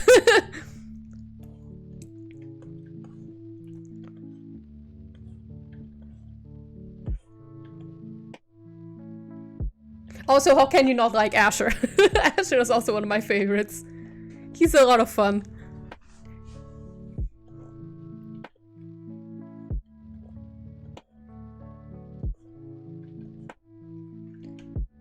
I hope I did him justice. Oh, wait, I have to see. I see you pinged me. Let me. Ooh,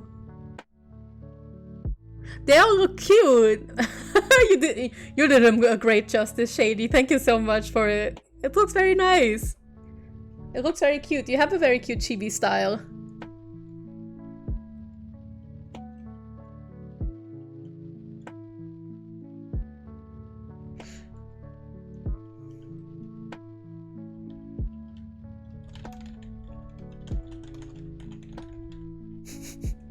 I hope you don't mind if my comment is short because I already said that I like it a lot on stream. Because I do, believe me. I think it's very cute.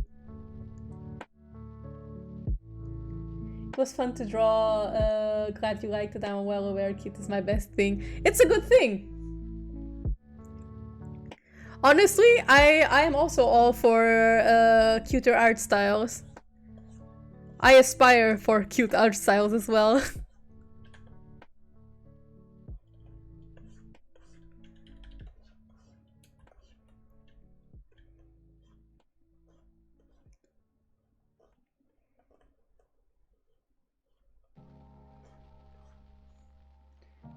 Hi Yuppie, the drawing is looking nice. I love how the coloring is coming. Oh, hi Tsuki! Hi! How you doing? I'm so happy that you're here. And happy Thanksgiving.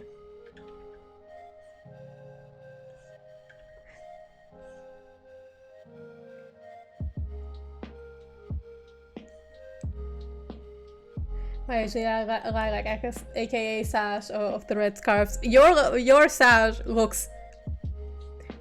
I was about to say looks sick, but I'm not sure if I want to say but sick is another way to say cool, right? She looks really cool. I like your take on her. Like most people who design Lilac for the Red Scarves tends to look very Red Scarf-y.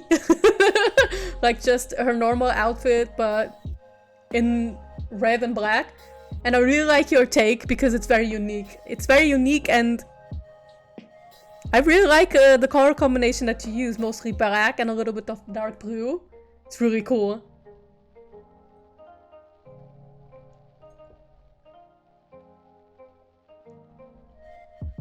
Just make a challenge for yourself to see how far you can take cute art styles and franchises that either are already cute or were supposed to be terrifying. I've done that sometimes, kind of unintentionally. Like, some of the spoiler art that I can't show for the Red Scarf AU, I tried to go pretty hecking scary. With these furry mascots, you see. Now, I have a tendency to cutify a lot of styles. Like, when I draw stuff for Mega Man Zero, I make the characters look cuter than they should. Or when I draw Dragon Ball stuff, everybody goes from manly man to just Muppet. Cute Muppet.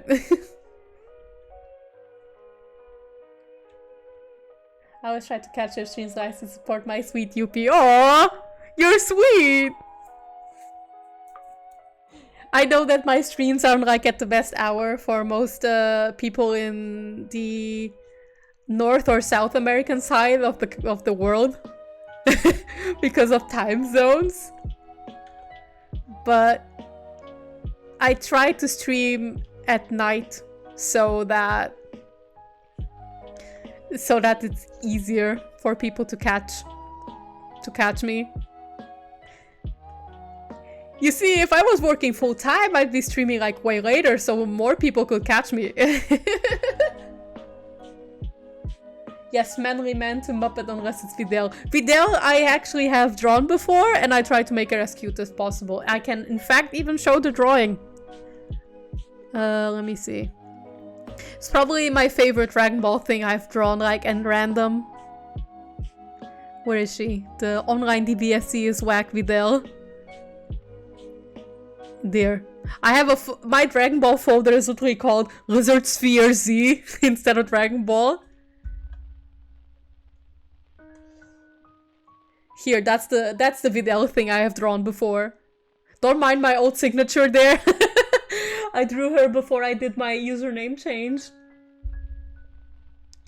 But yes, I have drawn that as comfort before for one of my friends who was a Videl main. And then they came back and was like, online DBSC is whack. And then I drew Videl saying that. And I actually sold it as a shirt for a time, but at the time, because of my full-time job, and Germany's copyright laws, I'm a little bit scared to get in trouble. So I took it down for the time, but when I managed to like be freelancer or stuff, then I would definitely put it back up. I love that Videl. Thank you. Videl is fun to draw. I really like drawing her. Even though I've only drawn her once. In recent years, that is. I think I've drawn before when I was younger.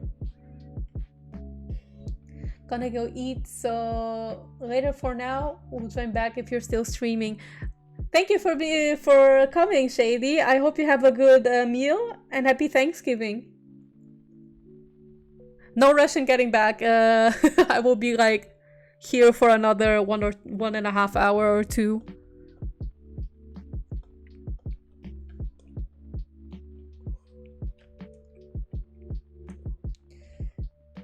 Happy Thanksgiving. Thank you.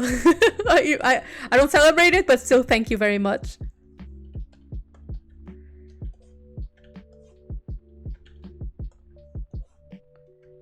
I drew her a lot when I was a kid though. She and Chi-Chi were my favorite Dragon Ball girls. Let's go! Chi-Chi is good! Chi-Chi and Videl are both amazing. I love them both.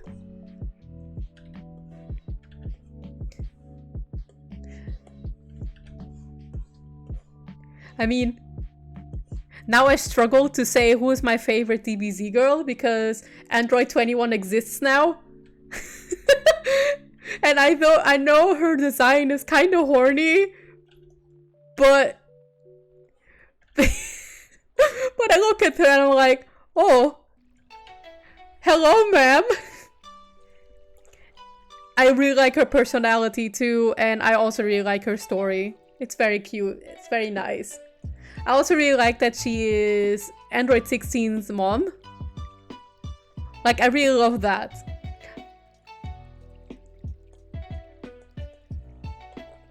So she's definitely one of my favorite DBZ girls, even though she's a fighting game only character. Let's see, I think my favorite DBZ girls would be, now discounting Android 21, because she's a game only character, even though she's definitely in my top 3. Actually, fuck it, I'm gonna count her. She's definitely in my top 3 and I can't take her away. So Android 21, Android 18, and then the third spot would be battled by either Chi-Chi or Videl. I like both of them equally. Like, I know a lot of people like to dunk on Chi-Chi and the like, but she's a good mom. And she is a hard ass. I love her. Me 18 and Bulma are amazing, but Videl is my idol. Yes, absolutely. She was for me too when I was younger. I used to like Pan a lot when I was younger. And I really wanted to see her go Super Saiyan, but then the creators were like, no. And it really disappointed me. Pan should have become a Super Saiyan. She deserved it, but it's okay. I have Caulifla and Kale now. And they are good. Oh, Kale and Caulifla are great. Okay, not in terms like of written characters. I still like the Z girls way more than Kale and Caulifla, but as a girl who has grown up with DBZ, right? And in a time in which boys would be like, you can't enjoy DBZ, that's for boys, and girls are stupid, and beep. And never having a Super Saiyan girl was one of those things that was kind of sad at the time. So when I saw Kale and Caulifla 20 years later, I was so happy. I was really, really happy. I was like, finally, we have a Super Saiyan girl that we deserve. But Android 18 was the girl that I needed in my younger years, and Videl as well. Oh, the cathartic moment of having Android 18 just destroy Vegeta was so good. Amazing. In Portuguese, it was hilarious though. 21 is the embodiment of the two sides of life, with sadistic and wholesome. Yeah, pretty much. And I like that combination. We lived the hard time of boys being idiots. Indeed we did. I mean, most still are, but they're more tolerable now. As an adult, at least. And we had lunch for a hot second. Oh, lunch, I miss her so much. They just forgot she existed. It's like they almost forgot Tien existed as well. Like oh god, Tien was done so dirty and super. The poor man. He deserved more.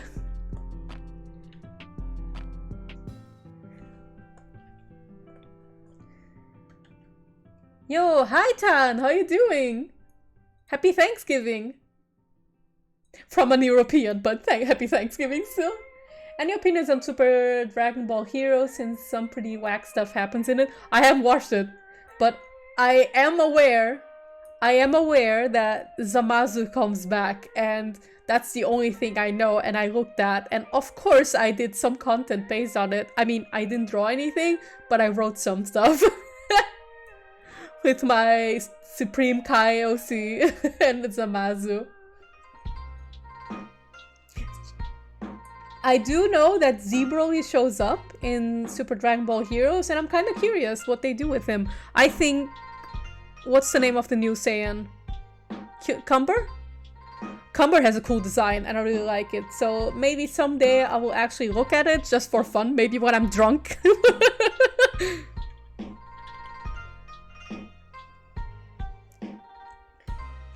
Tien always gets a short part of the stick. Yeah, he does. The poor man doesn't deserve that. He and Yamcha both. Yamcha and Tien deserve better than this.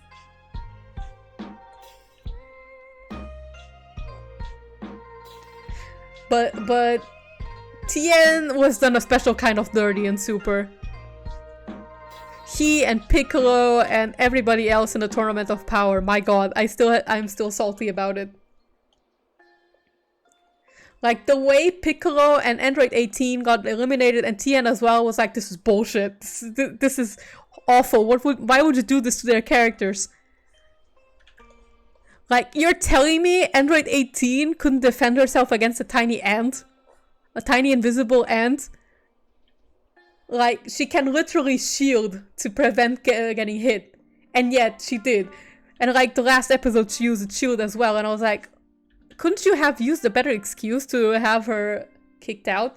Oh wait, no, she almost got tossed out, but she got saved by Piccolo, if I recall. But Piccolo, I think Piccolo got disqualified in the dumbest way, and I was so mad. Like, he gets tossed off the stage, and I'm like, you can extend arms. Like, the rule was you can fly, but there was no rule being like, you can't use extended limbs, right? And Piccolo doesn't use it. And doesn't extend his arm to get back into the ring, and I thought that was the dumbest reason for him to be disqualified. If Piccolo had gotten disqualified, I would have preferred if he like was knocked out or like defeated in a more brutal way, in a way that at least wouldn't have let me think, expand your arms, you idiot.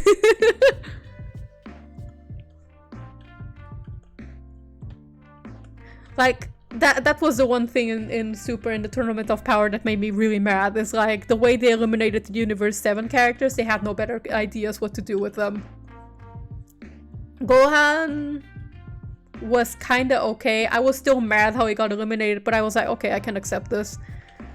But Piccolo and Android 18, they got eliminated in the stupidest way. The thing is, Krillin also got eliminated in a horrible way in the tournament, but it made sense. Like, the way he got eliminated by Frost made sense. He got distracted and he got punished for it. It was perfectly okay, and I thought it established the character of Frost pretty well as being a massive asshole. Krillin cries in the corner. Krillin was done pretty good in Super. Okay, he was done dirty by Frost, but it was one of those moments in which you're like, oh shit, Frost is a bastard, and not like, well, the writers were stupid kind of moment.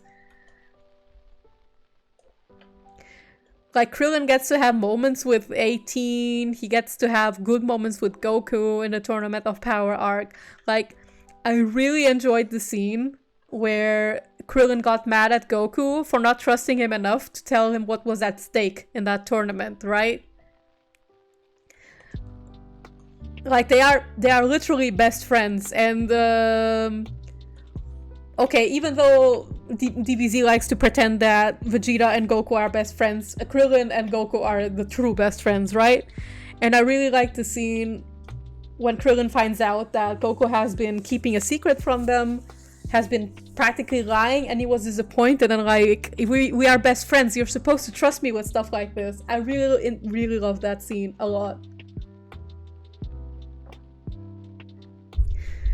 The Tournament of Power is one of those hit and miss arcs.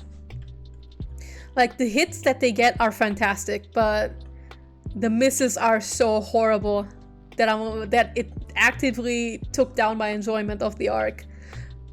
Jiren is now a character I love to hate, but he was an active detriment in getting through that arc. Because I was like, there is no worse character in DBZ than him.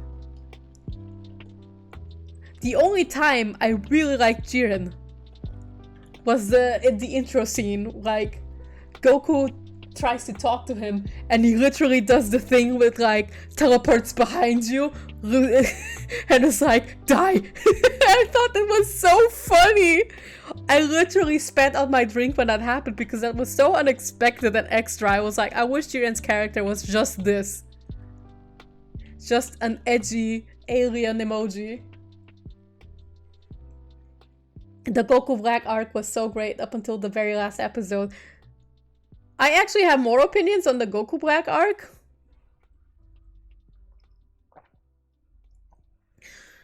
The last episode was kind of bullshit, yes, but I also thought it was kind of okay. I mean, not kind of okay. I thought it was like, oh, okay, so you're gonna make all of Trunks' work for nothing. I thought they did Trunks a little bit dirty. And Mai didn't deserve that. Mai is an MVP. I will defend her.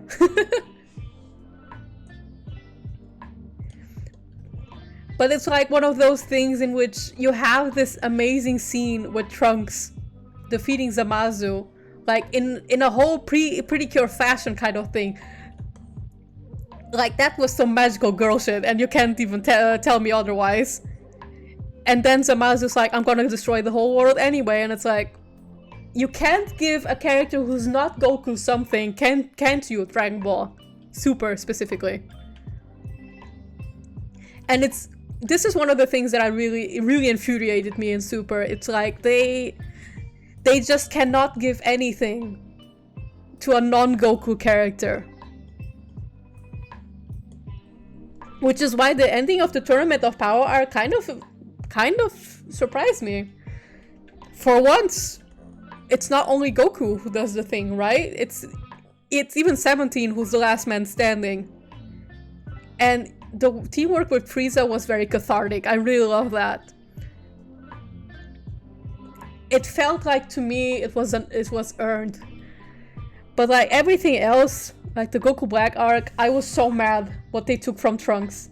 That was his moment and they just shoved it to Goku because we can't have a non-Goku character win.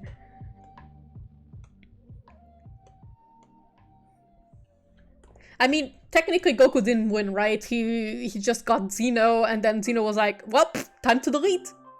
And then universe deleted. But it still felt like but it still was Goku who got the thing to work, right? So it felt like to me, oh, it's Goku solving the problems again. We were like, Haven't watched TV in forever, but I feel like it's just been Goku and Vegeta power creeping everyone and one-upping each other ever since Z began. After the Cell arc, pretty much. And Super especially is literally just Goku and Vegeta power clapping each other. It even gets annoying at some point. To me, even.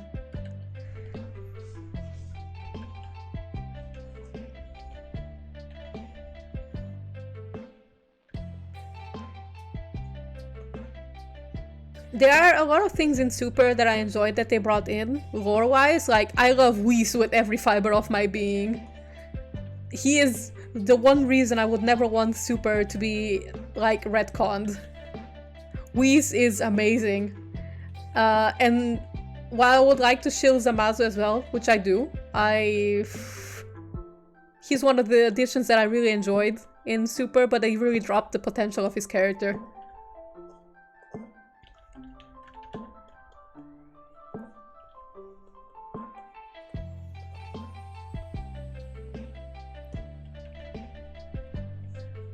I feel the Goku Black arc was a bit better in the manga, but it still follows the same general beats with a few major differences. I heard of that. I actually read the manga a little bit of that arc because I really wanted to like just get everything about Zamasu that I could. And I really enjoyed it, how basically Goku Black, or more like Zamasu in Goku's body, didn't really quite understand how to use the body, right? He is a Kai and not a Saiyan, right? So you have him getting beaten and clapped the shit by Vegeta, and then saved, and he then exploits the Saiyan thing, like if you are near death, you get stronger, and then he starts abusing it. I thought that was a smarter way than than in just knowing how to do it.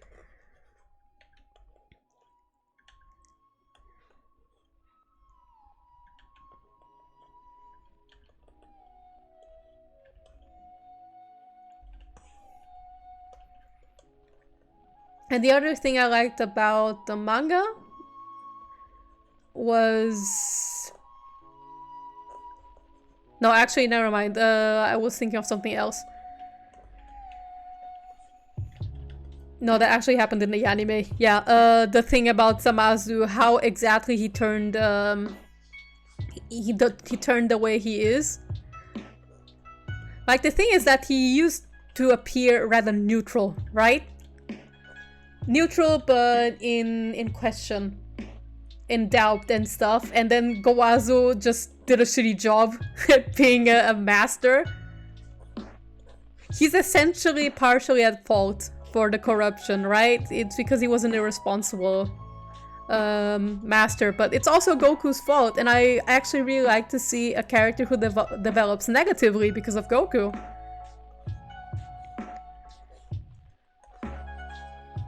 But then they dropped the ball with his potential. They just, I don't know, they didn't fully use the potential that he could have. Also, give me a second, I have to go to the bathroom.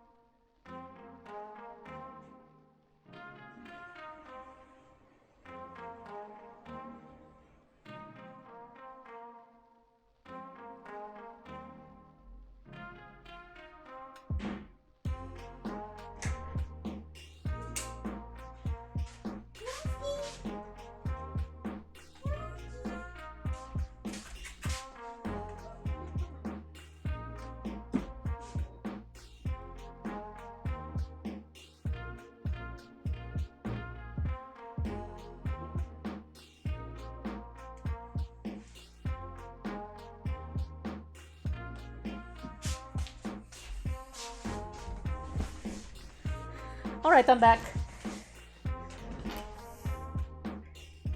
Hi Shady, welcome back.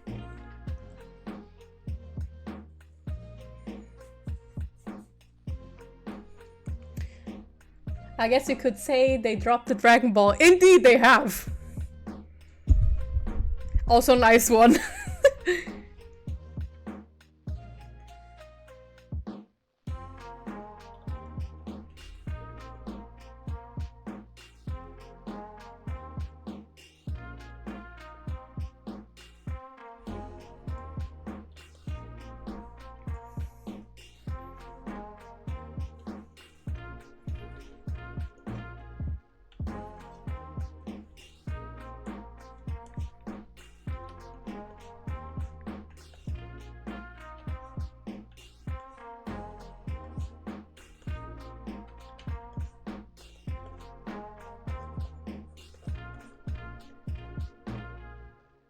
I can make the spade, so I'm happy.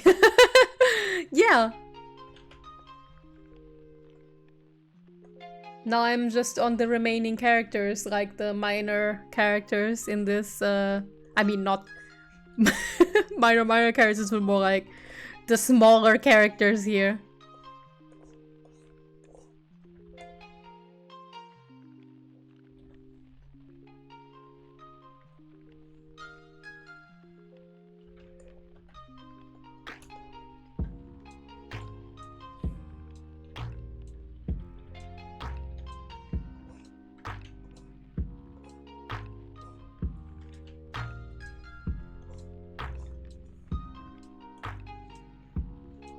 Oh god, this, if there's one character on the Red Scarf that I can't even talk about much, if at all, is her.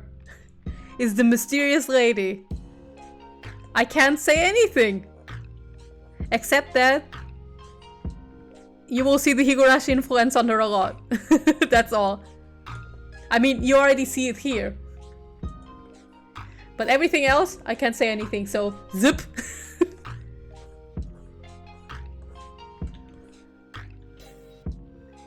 Ah yes, question mark is the best character. I mean, I wonder what people will think when they find out more.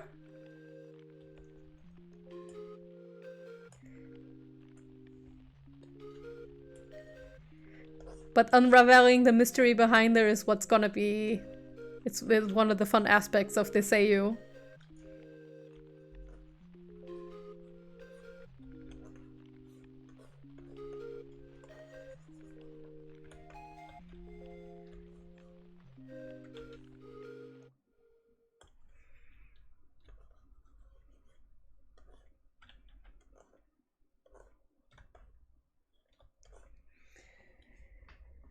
Not even her name? Dun dun dun. No, her name is like literal like walking spoiler. That's not something I can say. It's something that you'll have to wait for. Literally like in the last chapter or like the last few. Or maybe somewhere in the middle, who knows?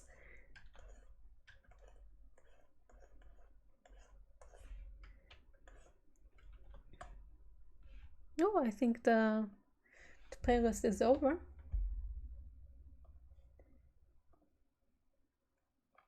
God, can't I just listen to a little Higurashi here?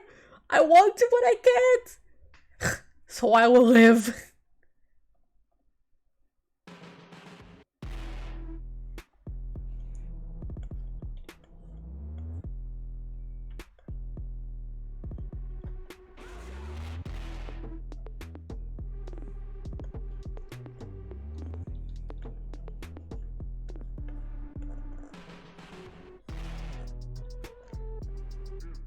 Ah yes, my favorite character, walking spoiler, love their character arc. Literally!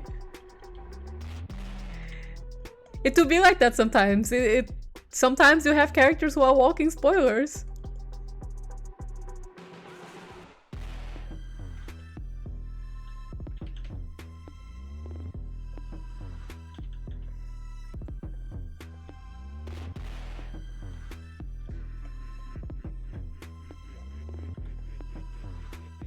One of these days, I was to draw Sash just wanting to beat up the Daybreakers. I think that was their name from what we saw in Freedom Planet 2.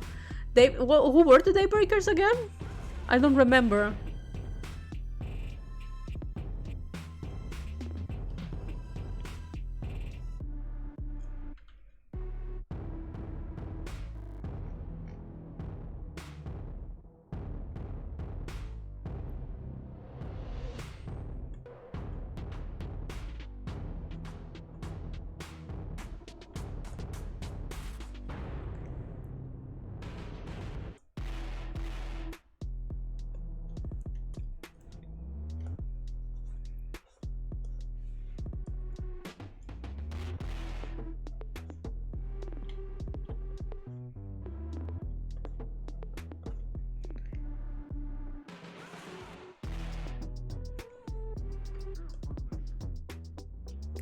Oh boy.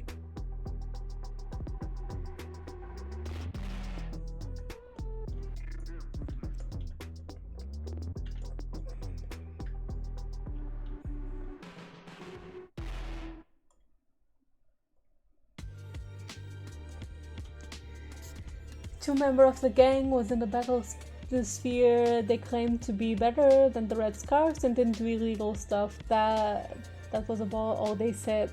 Oh, them!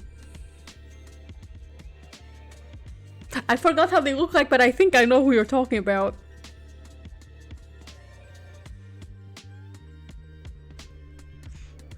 I'm actually curious about the other character in the battlesphere, like Root Beer.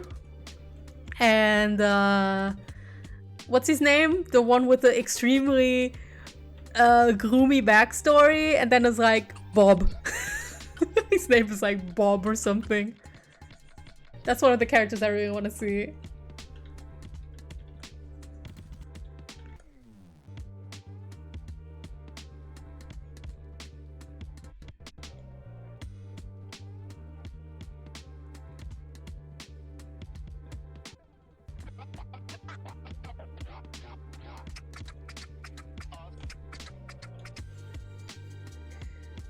I love Root Beer the corgi. Me too, he looks so cute! And he runs on all fours, it's adorable! Like, how can he not love him? He looks very squishy. I'm actually curious what my boyfriend will think of him because he's a dog person, so...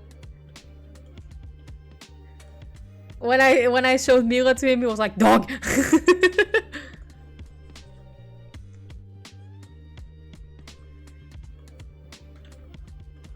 But if we have a golden retriever sometime, he will go feral.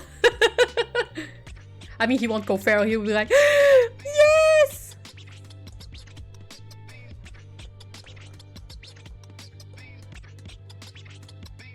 I'm not really enjoying this playlist. I'm gonna switch again.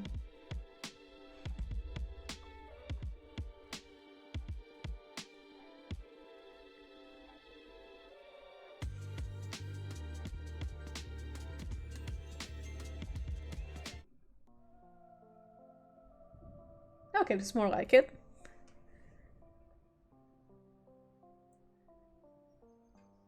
I wonder if FT2 will get any mod support. I mean, considering it's done in Unity, maybe?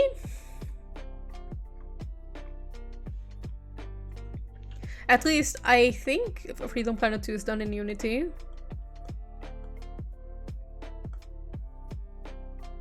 If I'm wrong, again, feel free to correct me. Oh shit, I forgot to get forgot 2 references here.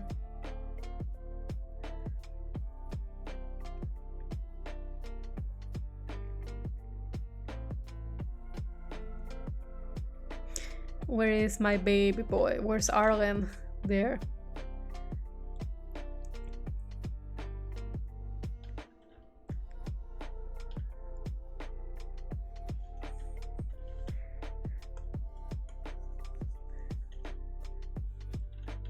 Boy, Arlen is also one of the characters I am curious what people will think about. Like, just seeing this character who's dead and just gets mentioned.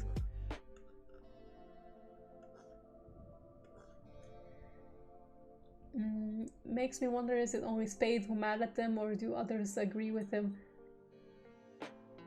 I wonder. I'm curious.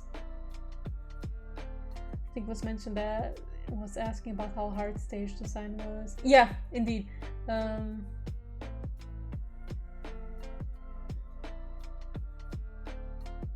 Yeah, I think it's Unity. Siberian Ninja, thank you for following. Happy Thanksgiving also for the fellow Americans.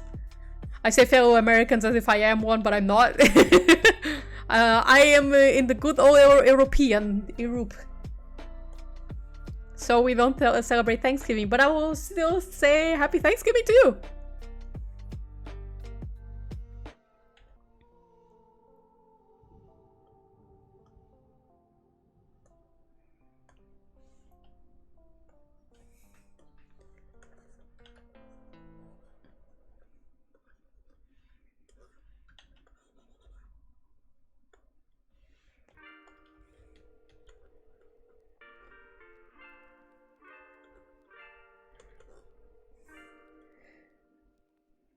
I mean, for all we know, it might have been something more personal than all really affects those three. Possibly.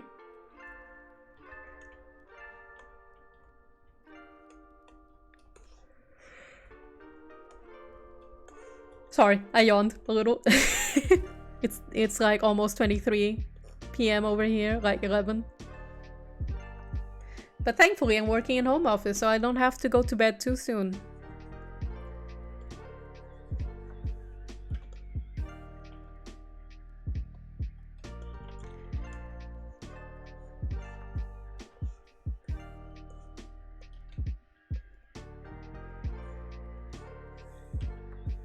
Stuff like this makes me wish the game was out. Yeah, but since it's next year on spring, it's not too long anymore. It's like just a few more months. So not too long until we find out.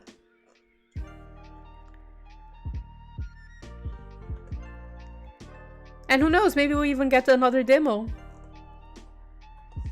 in the meantime.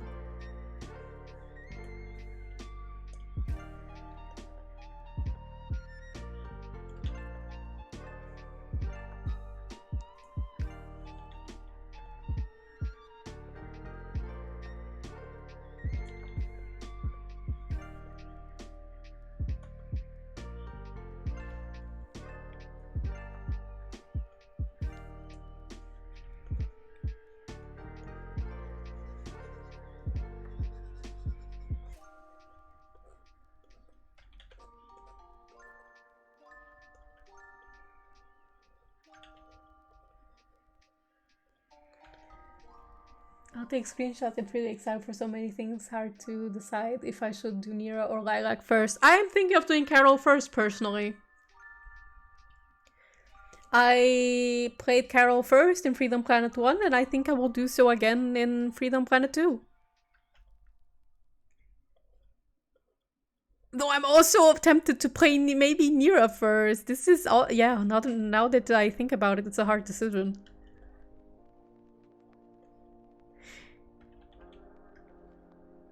I'll probably think what will benefit my writing first. Because when Freedom Planet comes out, I want to do an exception on how often I stream. I'll probably stream twice a week instead of just once.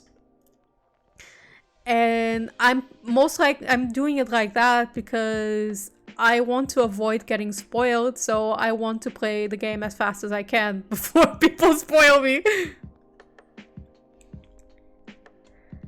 Like, when Freedom Planet 2 is out, it's the one time I will say, do not show me anything. Don't even show me Dale content. I want to see it. I want to see it by my own.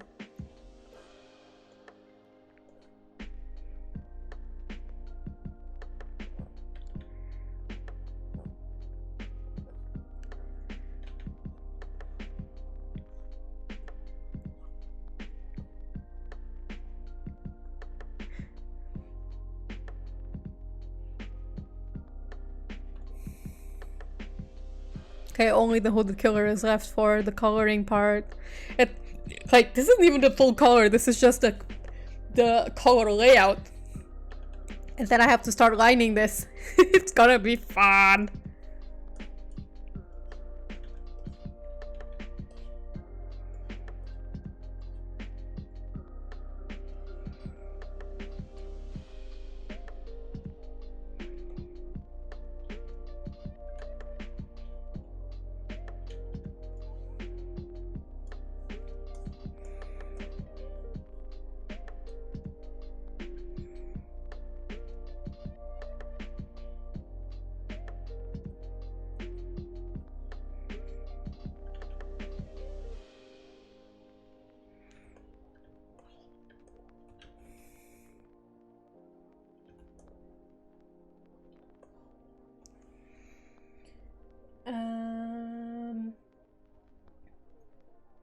Carol Master Race. Yes, that's the plan. I'm leaning towards Nira and Lilac second. As a meme era of the Church of Spook, I am obligated to do my first run as Carol. As a member of the Church of Spook, I'm obligated to do my first run as Carol. May I join that church? Because I'm probably gonna play as Carol first as well. And if not her, then I'm probably Nira. I will refuse you, cat god. Corey is the best cat. Corey looks cool from what we've seen of her so far, and considering that that Galaxy Trail was generous enough to have the completionist play a whole arc for us, we got to see Corey, and it was great. I was okay hoping they would take the Shuigang arc, but then I was like, okay, never mind, I can live. Like, Corey is more important. And I think that was the first arc anyhow, so I think he had to do it like that, right? I mean, Gerard, I mean.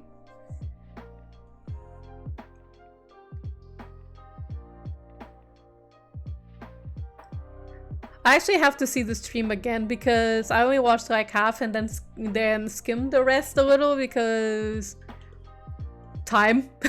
Time is the thing. Or more like my memory retainment is bad. So I have to see it again. But there were really great moments on stream. I think, for me personally, I think that's... While I would have liked to see more about Shuigang and the like, I can't wait until the game is out. So far what they've shown on the stream for me was like, that's perfectly enough. I can wait now until the game releases, right? Like, I was waiting with everyone else for more updates and whatnot, and I think showing a whole arc in full was perfectly enough for me until the game releases. Because I know the game feel, I know how the narrative is going, kind of. But not enough to, like, spoil it, right? And it was fun. Gerard is cool. I also love the little details, like Lila getting stuck on that box in the Avian Museum. That was really funny. I loved it.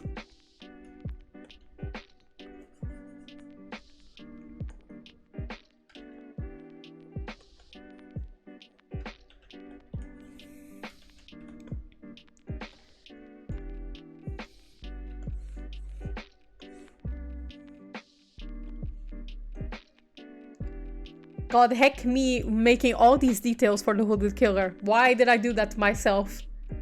And yet I did it anyway.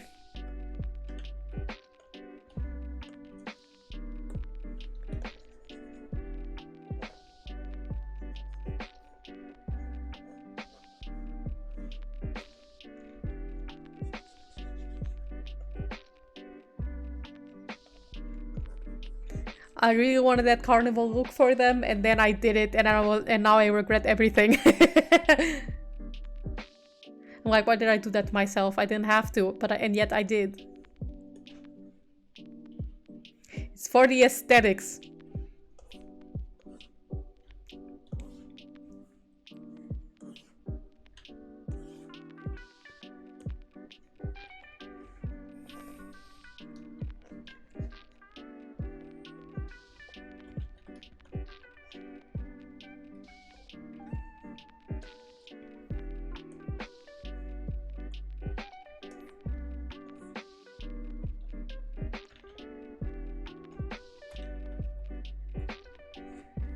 The block was the best part because aesthetic. Yes, it was great. I really loved it. Oh. Okay, I think coloring wise I'm mostly done. At least on the color concept part. Except for like a few more. Let me valid check that. Yeah, the contrast is starting to lack in the middle. So I'm gonna have to do some stuff.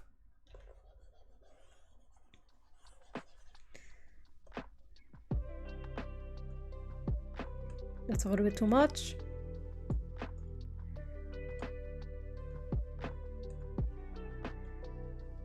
I just need to lighten up this part enough so that we have more contrast. Especially poor Enzo. Jesus. The poor man.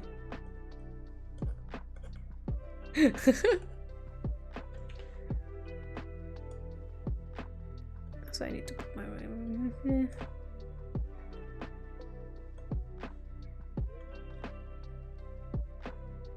That's too much.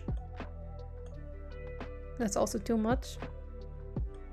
This is what I often do to get like color stuff.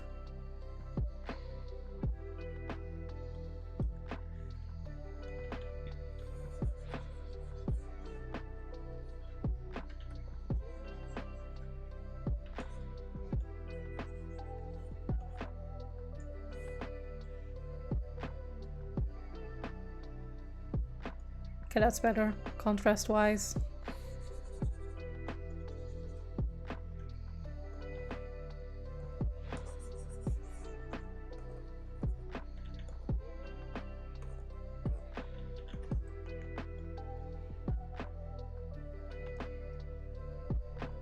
Okay, there we go.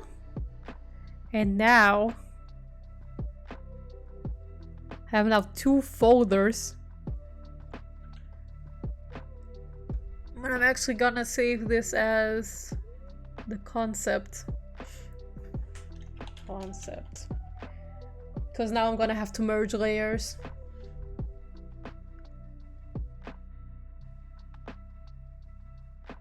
There we go. And time to delete some layers and merge some. This is the logo layer,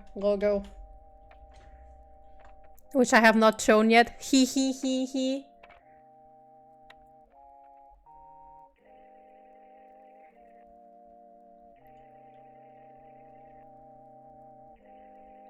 Detail. Okay, the line art stuff I'm gonna merge down. Yes, apply. Oh, these were the effects. I shouldn't have done that.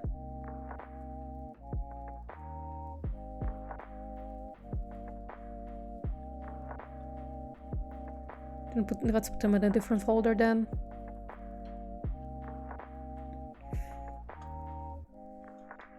FX. Now this is the sketch and I'm gonna keep this in a separate layer just in case. And the background as well. And everything else can get merged. Merge selected.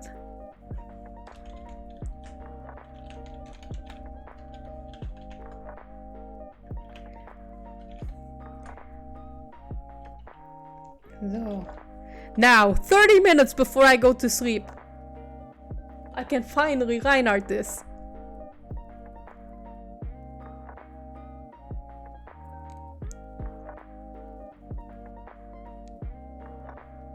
So, line art.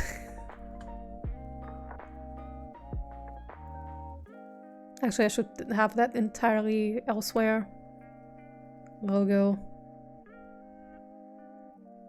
As a matter of fact, why you must tease us like this? I mean, the logo isn't finished yet, but... Alright, chat, be real. Do you want me to show you the title of the red scarf AU? At least for this part. Should I reveal it? I don't mind if you say yes. Do it.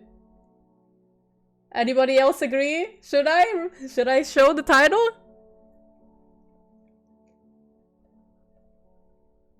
Yes? All right. Then I'm going to assume the rest also agrees. So, is everybody ready? I mean, it's no big deal, but I mean, it's no spoilers. I was going to reveal the title at some point anyhow, as soon as I finish this. But I don't mind showing it now. All right. There it is. I said the logo isn't done, so the only thing that is sticking is the title. It's called Crimson Threads. Now the Red Scarf AU has a title. Yay! I also thank Tan and the other pals from my circle who helped figure out the name. I flip-flopped on the title for so damn long, and finally I picked a name. Now you've seen it. Oh god, this line art is gonna be a doozy. Let's go.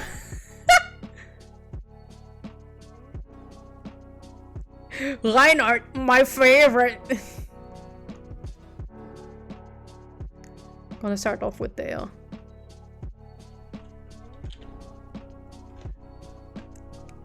I'm actually already gonna organize everybody.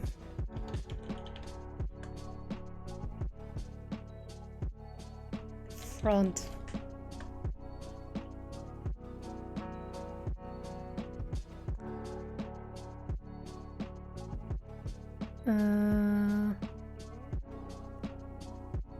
I'm actually don't even have to do it in line art way. Let's do it like this. Because I actually am gonna separate even the front fin coloring way, so middle.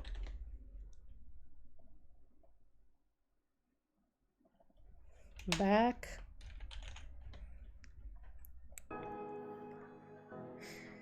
And let's put the effects in the different areas here. But it's definitely gonna go in the middle. So color organization, your layers. Middle is gonna be green. No, actually, front is gonna be green. Effects in the right will be orange, and the back will be blue.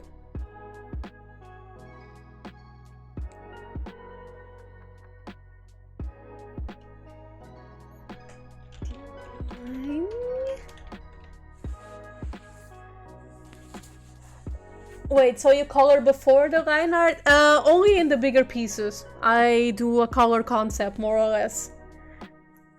Normally I line art before I color, but since I wanted a specific mood and wanted to do a specific thing for this, it's easier for me to roughly color the sketch so that I can figure out what's the mood, the lightning, and everything that I want for that. I can show an example where I did this in an older piece, where I can kind of show my thought process in working that way and this is only exclusively for the bigger pieces in which I want a specific mood. For example, this picture here. This picture I did at first only the sketch, like a rough sketch like this. then I gave it color and everything. Like I started layouting the color under the sketch and kept doing it like this. And then I line arted it on top. Yeah, exactly. Basically like a color thumbnail, just in big format. And basically, since this was a large piece with specific setting and the like, it needed to have a specific color layout.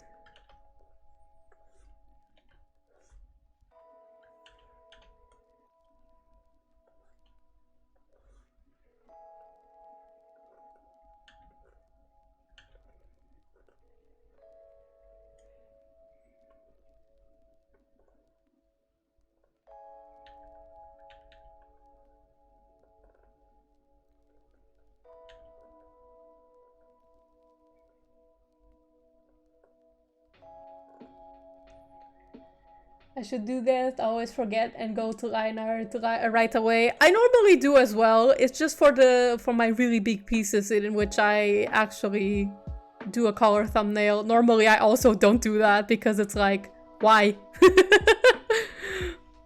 I don't feel like it.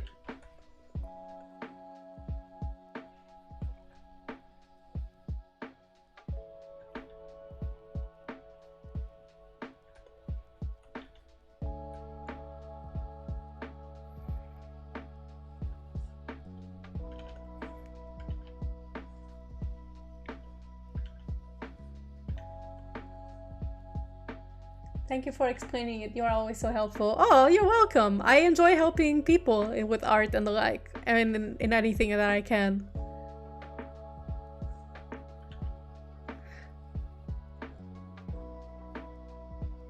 And now that I work in the industry, there's also a lot more that I can help with.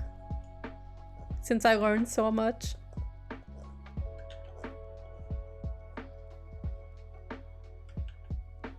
Stretching sounds like a helpful process for certain kind of pictures. It is. I mean, thumbnailing helps a lot with composition and moods and stuff.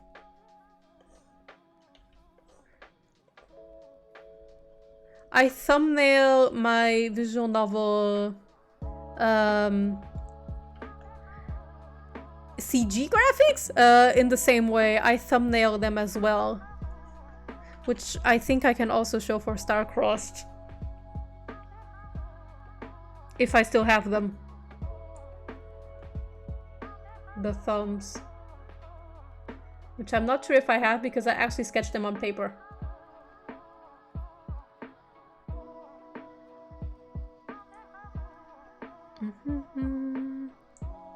No, I can't find them for now. Oh, wait, never mind. I found one.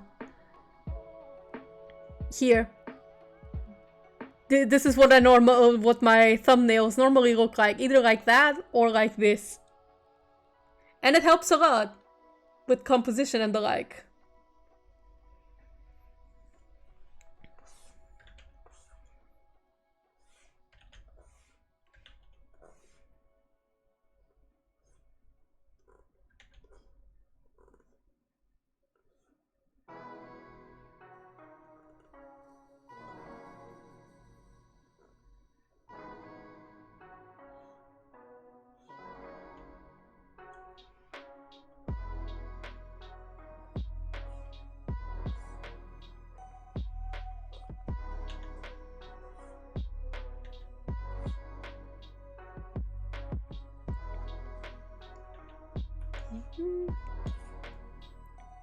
Oh, also another reason why people do thumbs a lot is for comics and the like.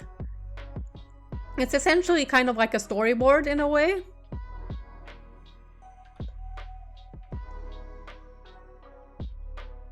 Have you heard they're adding Liquify to CSP soon? I keep seeing people say that. Yes, I have, and I updated my version just now. I don't know if it has the Liquify tool.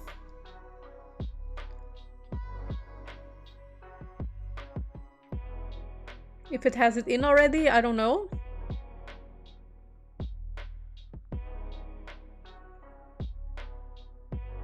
But it's at least a tool I am so excited about.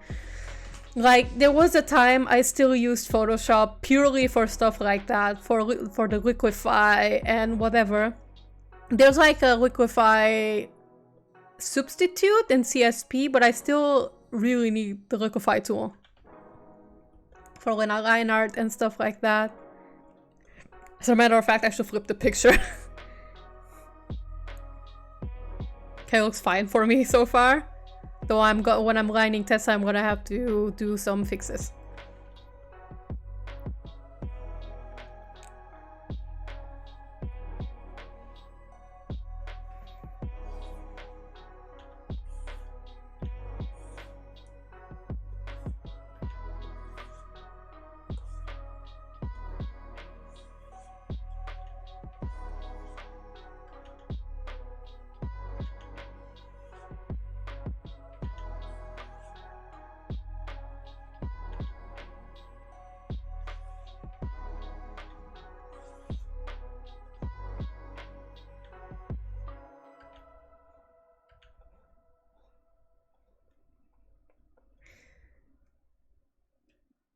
I think I'm getting off the streams for now. Later. See you later. Thanks for coming by again. Oh, push PS into the ground more. I'm sorry. I'm a Clip Studio Paint shill. So am I! I am a Clip Studio Paint shill.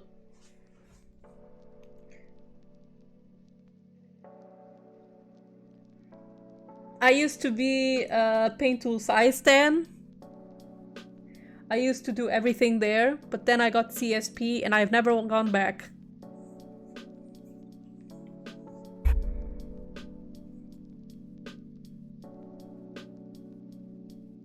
I'm the meme of the confused dude with the "you guys use liquify?" Yes, we do! I do! And a lot.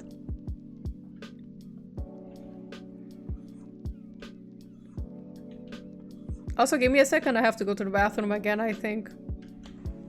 I'll be right back.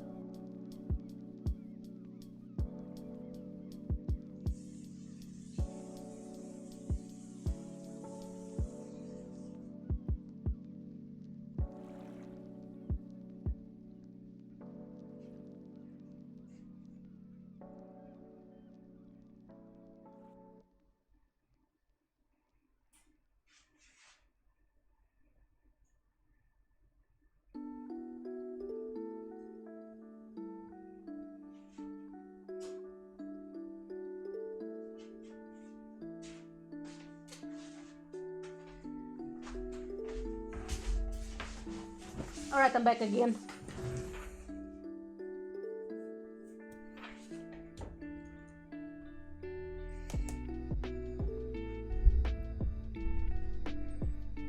Oh. For a second I thought my tablet wasn't working. I actually have a wireless tablet, so I constantly worry it goes out of battery while I'm streaming. I do have a screen tablet as well, but for work-related reasons, I tend to use a table tablet more.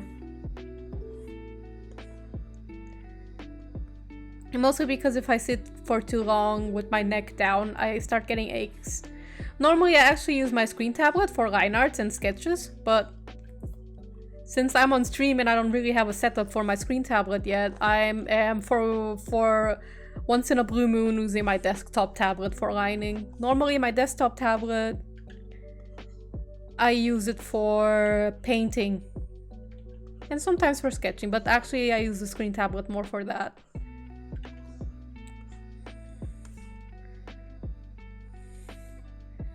I went from MS Paint, GIMP, Psych, Crete, and finally CSP.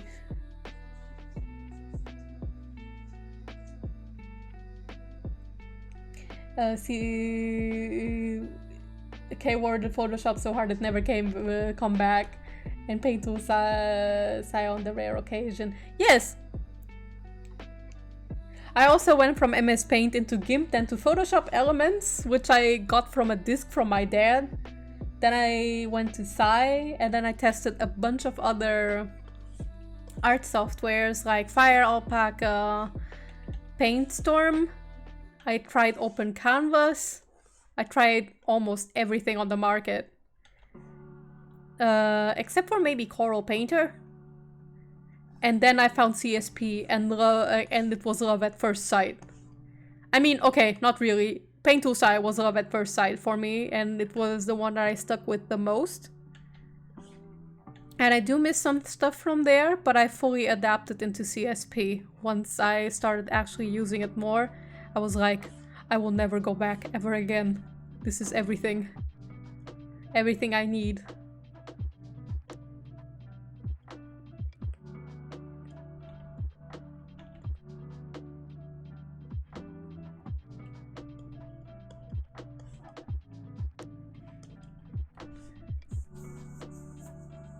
As soon as I got CSP, then my computer died and I haven't been able to use yet because I haven't been able to get all my PC parts yet. I'm so salty. Oh no, that sucks! That's the worst. I hope you can get your PC parts soon, Tsuki. Oh my god. That sounds like it sucks so bad.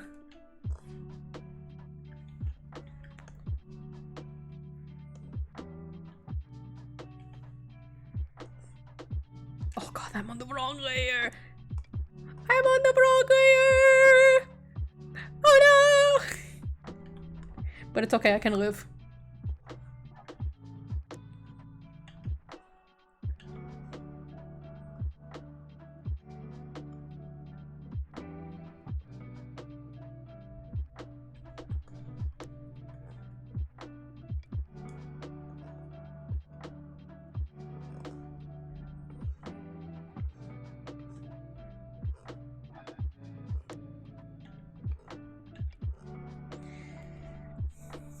Squidward meme looking for at the window. Yes.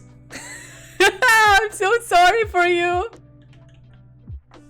MS Paint, star, Sai, Medibang, and CSP for me. That one in the middle has a menacing energy.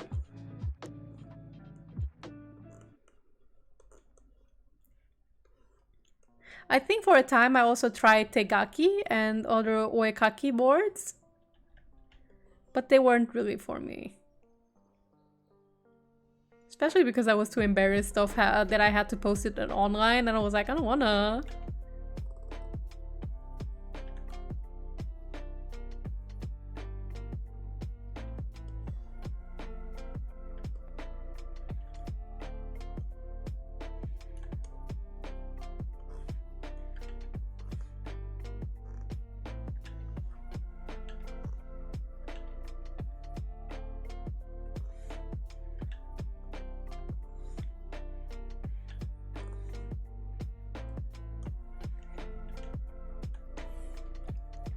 Squidward meme looking out the window is me when everybody gets to play DBFC and I don't.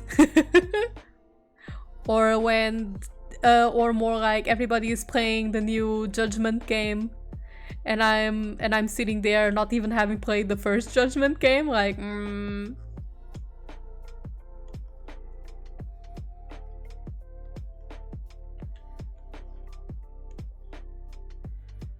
Or, oh, better yet, the Squidward meme, but me watching one of my best friends who moved to New York be like, He wrote me saying he has access to one of my all-time favorite TV shows, How to Get Away with Murder, the last season, and I was sitting there waiting for it to come on Netflix in Germany, and he was like watching it away, and I was like,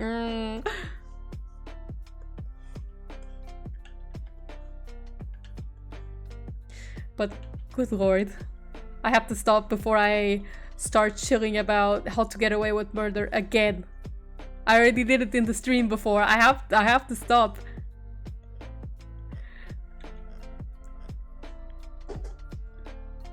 But the show is so good, you guys. I chill for it.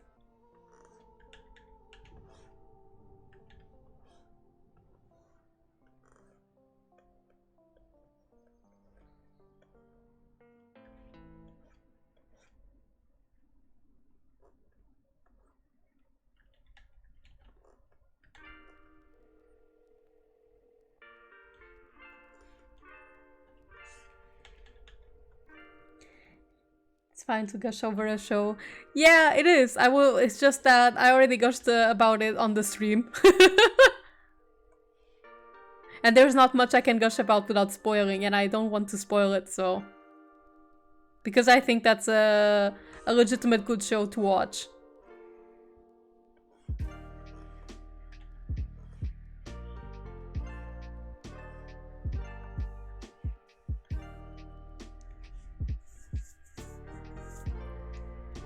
Gush away.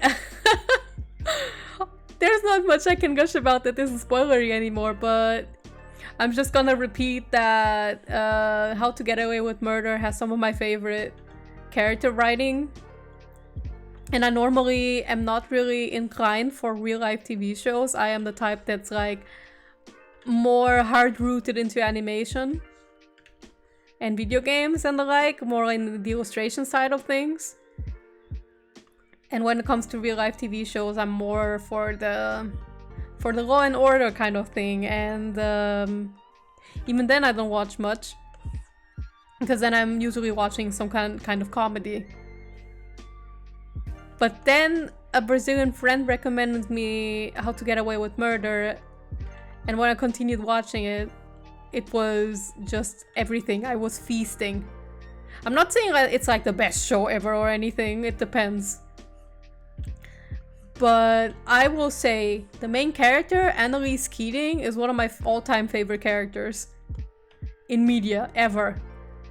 And Viola Davis is an amazing actress, and I will say that to the end of time.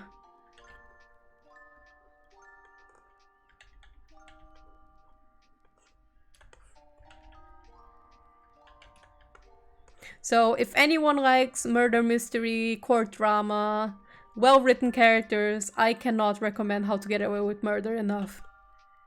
It's really amazing.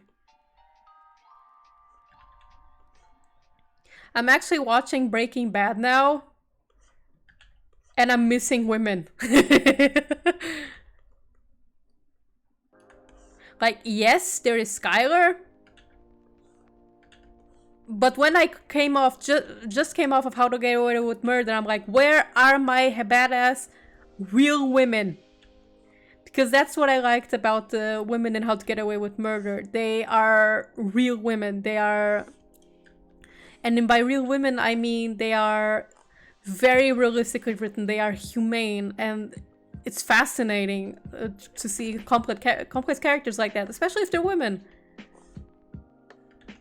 Because you don't see that in media very often, right?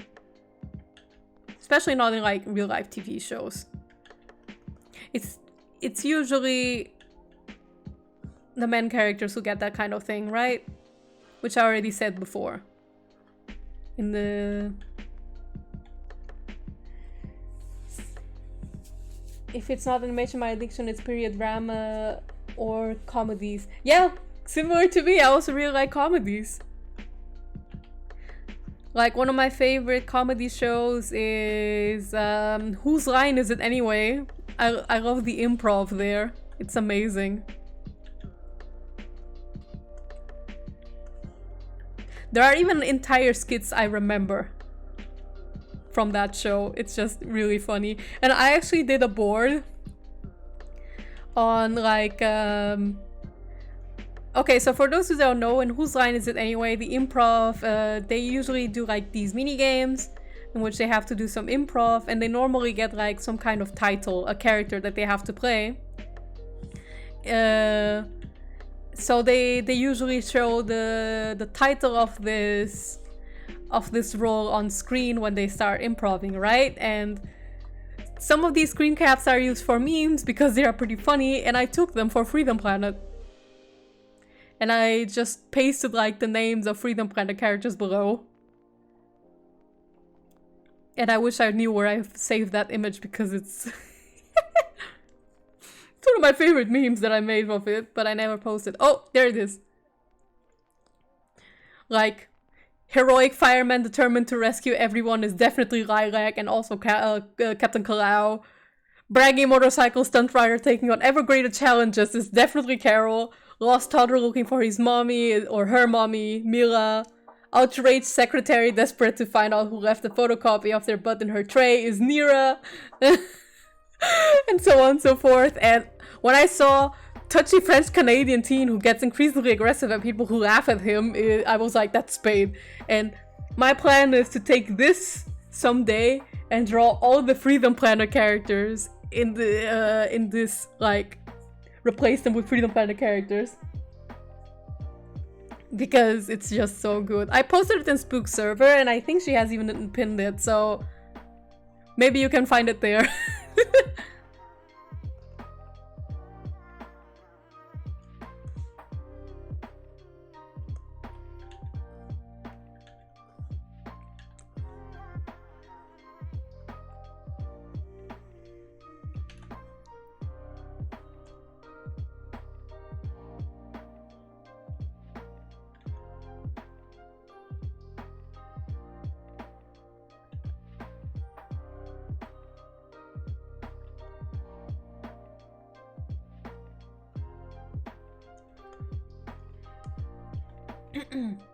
That would be so great to see one day. Yes, it would.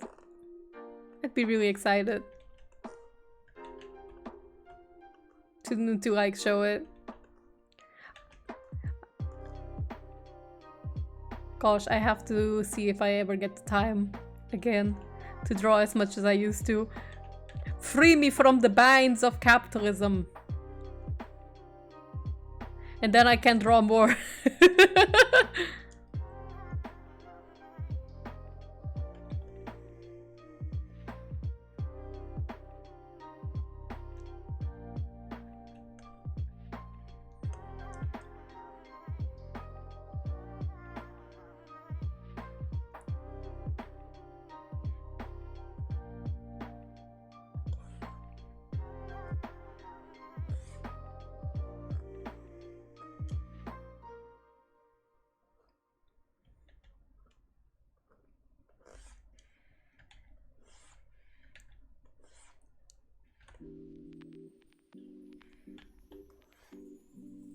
Oh god, I'm so excited for this project.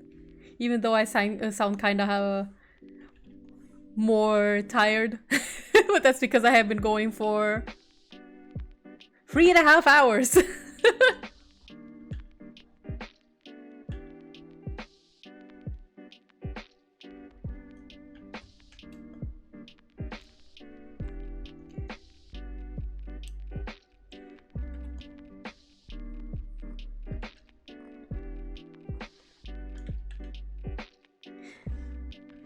Like, this is one of the reasons I really want to be able to freelance or live off of my Patreon or something, or like from Twitch someday, so that I can work on my projects like this one just to my heart's content.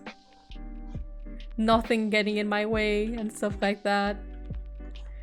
No job, no getting up, going to bed early because of work. Technically, my job is flexible enough on the working hours. It's just that I don't like sleeping late.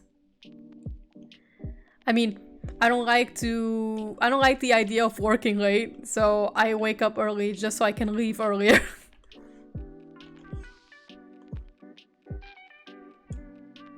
Mood. I live. Hi, Ev. You're here like in the last 30 minutes of the stream.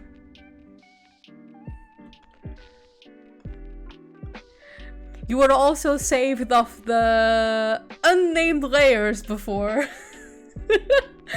When I was doing the color layout for this, I had nothing but unnamed layers.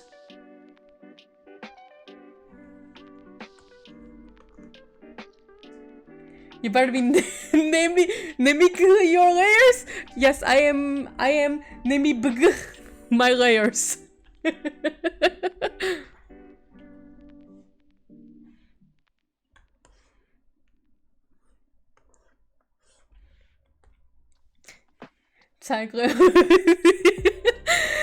Listen, what? I'm just reading what you wrote. I'm totally innocent.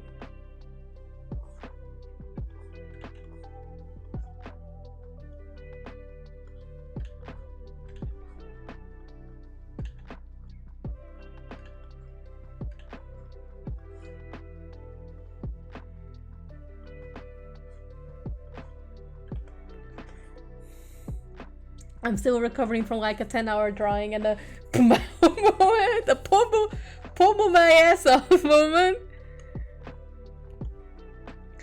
Understandable. I'm probably gonna be knocked out for a while longer after the stream that I did. I was drawing Robot Romance before I started, so I have been drawing for longer than this.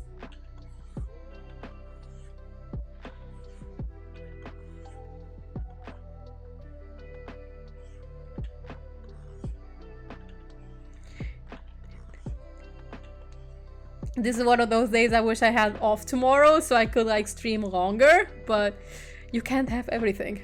So I'm gonna have to end the stream at some point. Like in the next 30 minutes or something.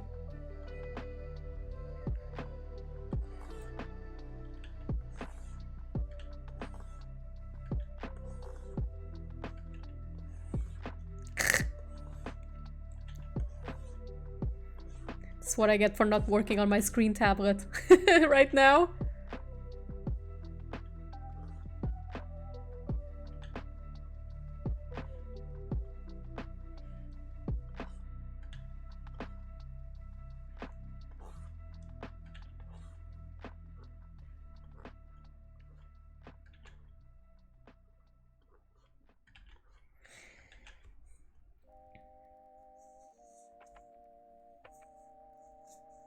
Oh, you actually did the Robot Romance on stream? No, I didn't. I did it before I started. As like my serotonin warm-up boost. Which I won't show because it's kinda risque. I mean, it's not really overtly risque, but it alludes to risque stuff, so I won't show. Not on stream.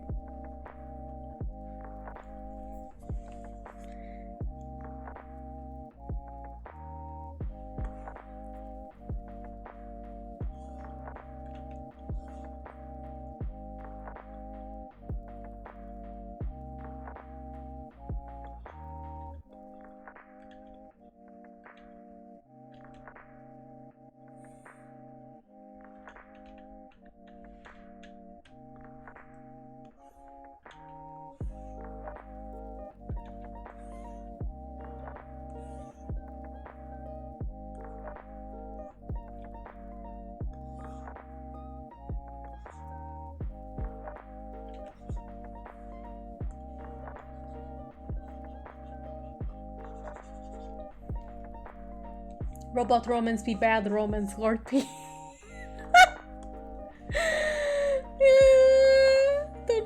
Don't get yourself banned, Yuppie. I won't. I mean, I have my stream set to mature, but even though that drawing doesn't show anything or isn't like not safe for work or anything, it still kinda alludes to some stuff. It's intense romance.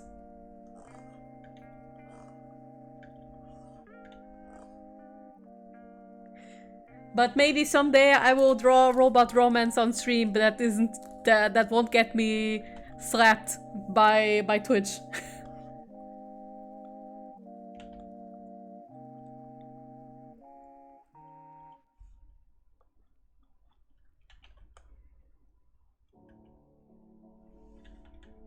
It's not meant to be there.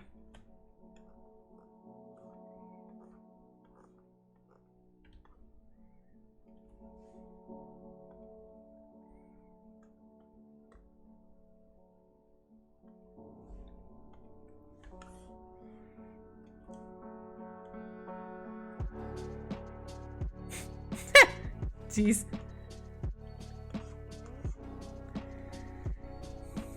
Intense romance of the robot variety. Indeed!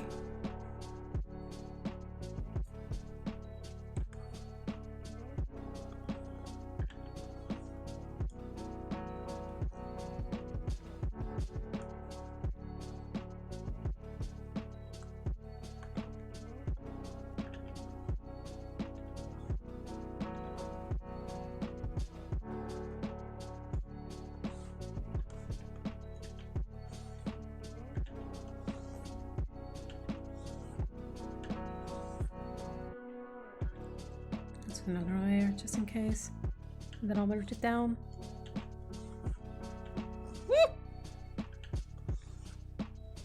I wouldn't have to be drawing this many lines if I only was doing on my screen tablet. But nope. I chose violence today.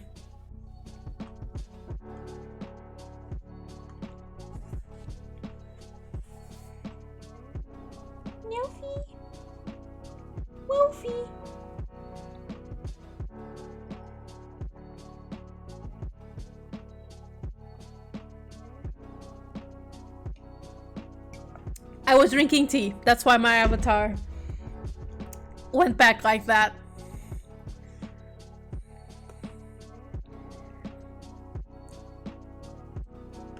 Discovery is easily one of your best works yet, and it's not even finished. Oh, thanks. I am doing my best with it.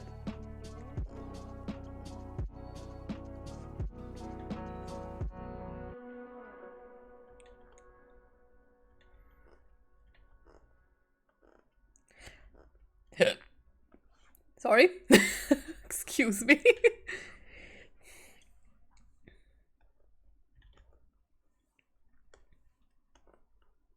I also already reviewed the title of the AU in this stream.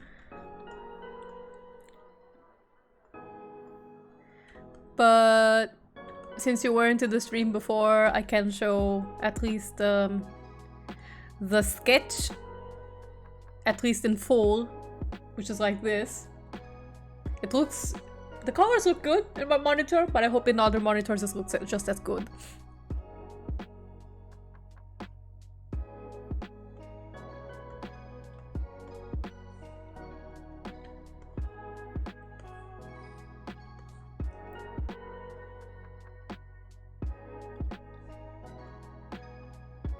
Okay, good. Italian hand? What? Thanks. Oh, now I know what you meant. The chef's kiss.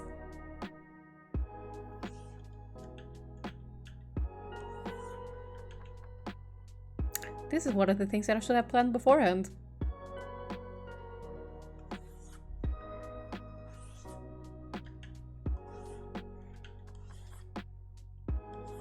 Drawing hair is fun!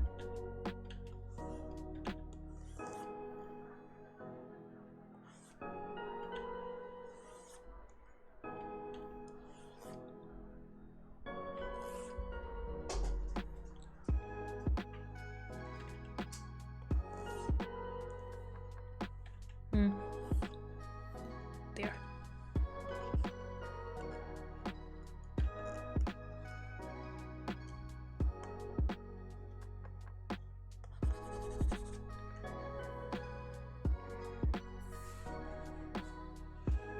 So my phone actually has it.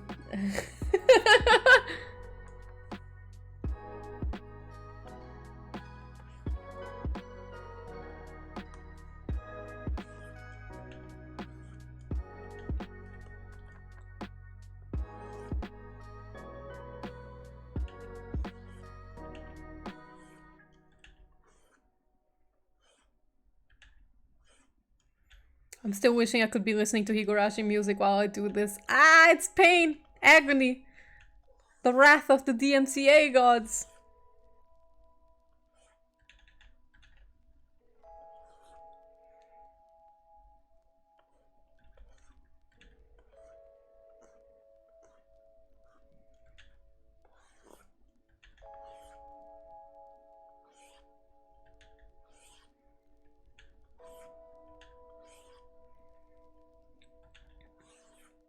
If I find a way to have a playlist playing while I listen to my own shit, that will be the day I finally am set free in art.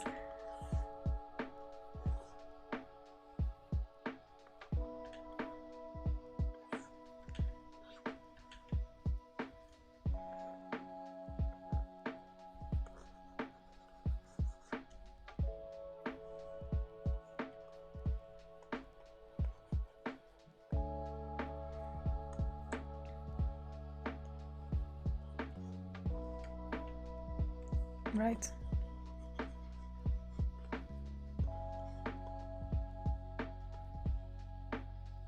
I'm trying to make the hair a little bit more layered.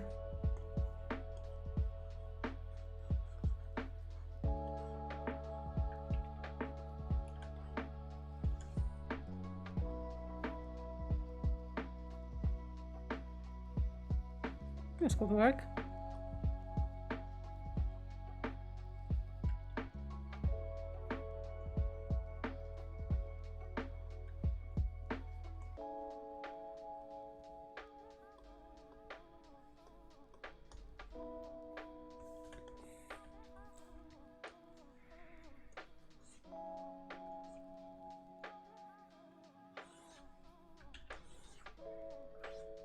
Me drawing long hair like it's catharsis. It's just beautiful.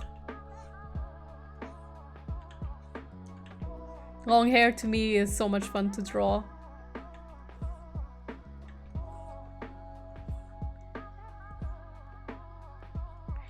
It's just like long noodles.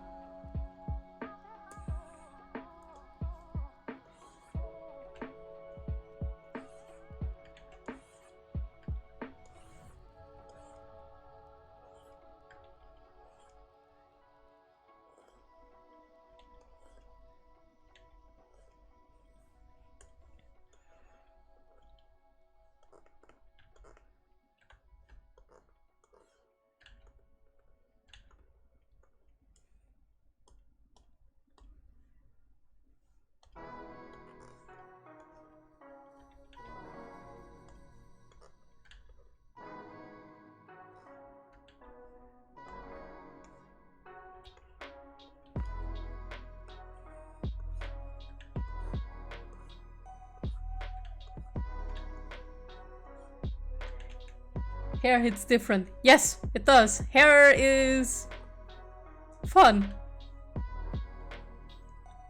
The only hair that's not fun for me is like the super short hair, like the bullet heads. They are really boring to draw.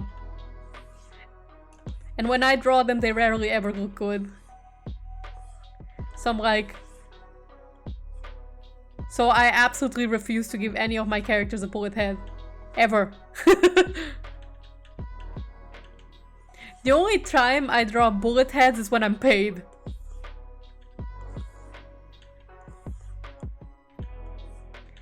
Everything else with bullet heads, I'm like, no. Boring haircuts do not get drawn in this house. Sorry to those who have bullet heads. It's just my preference.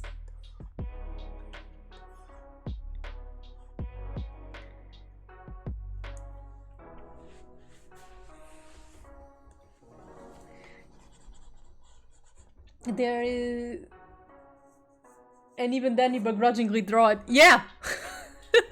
If you pay me to draw bullet head, I will not be happy. I'll be like, oh, I'm only doing it because money.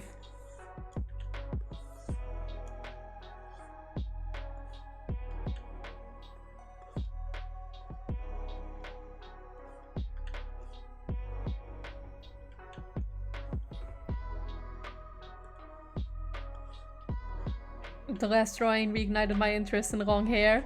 I can see why.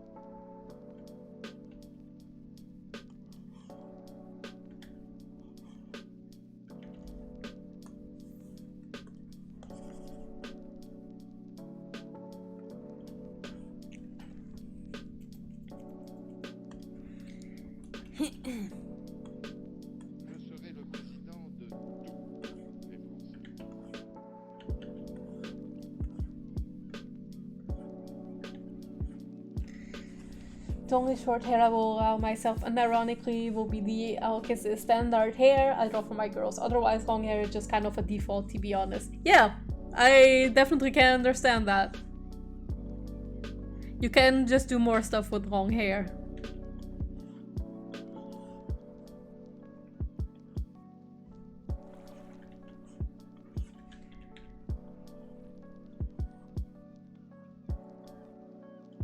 Also, bullet heads are really hard to draw, I noticed. Like, it's hard to draw them without making them look kind of weird.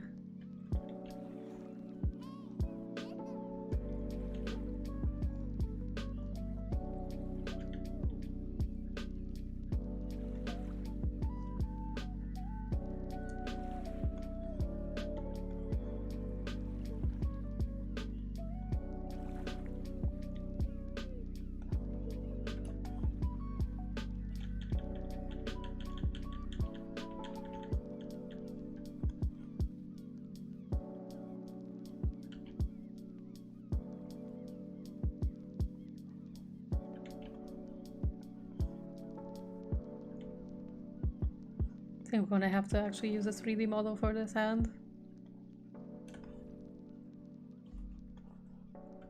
Or maybe I can pull it off.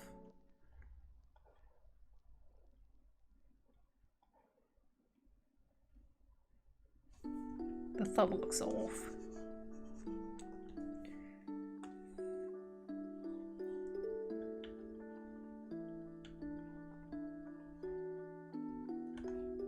Yeah, I think I'm gonna use a 3D model for this one.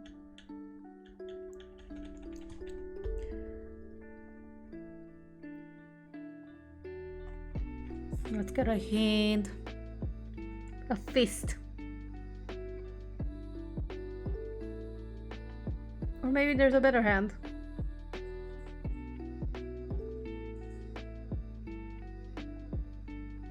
No! No! What are you doing? I want to zoom out. No!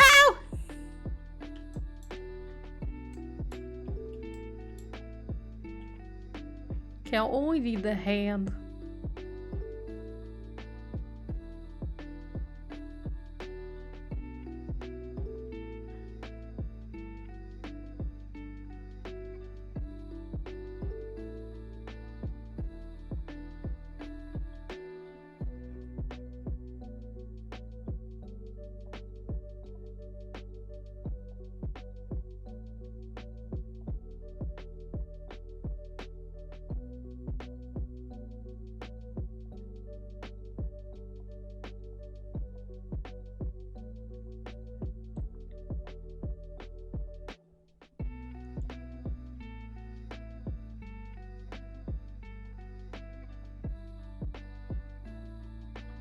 Okay, that's all I needed.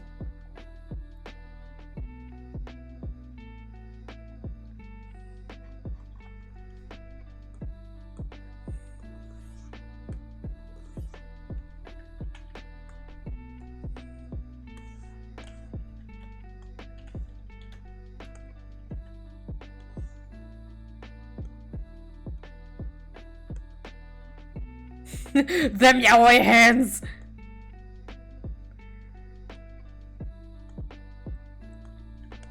Can't believe I'm giving Dale yaoi hands.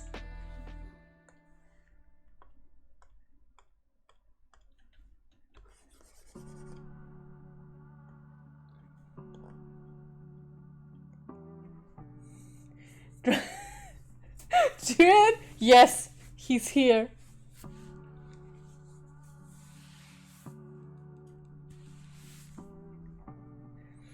Also, hi, OB Assassin, how you doing?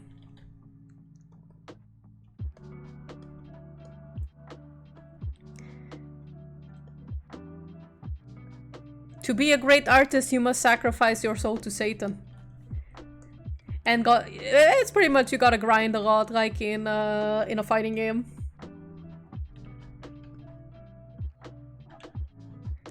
I only got to the point I am because I've been drawing for like over 10 years now?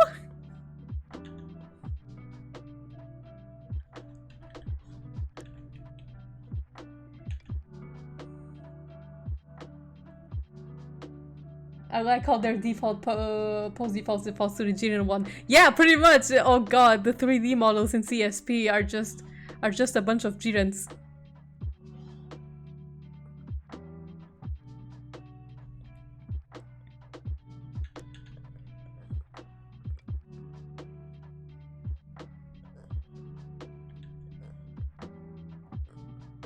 God, the 3D models in CSP are such a blessing. They are such time savers. And life savers. Because when I start working on this project in the Red Scarf AU, I'm gonna need like the 3D assets a lot. For the poses and whatnot. For like the more dynamic stuff.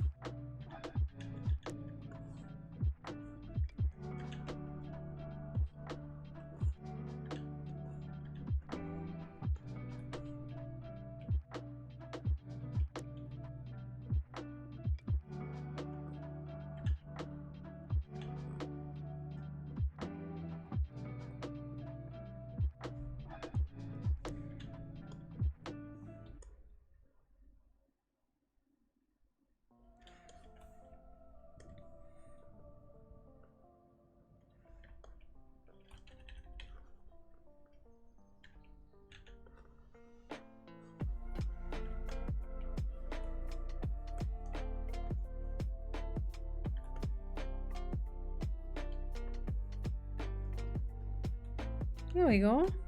Now he has a hand. Which I'm gonna put over here.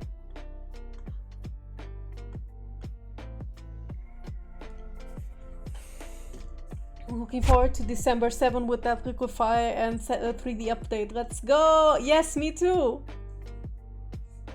That will be like my little brother's not anniversary, sorry, birthday. Ah!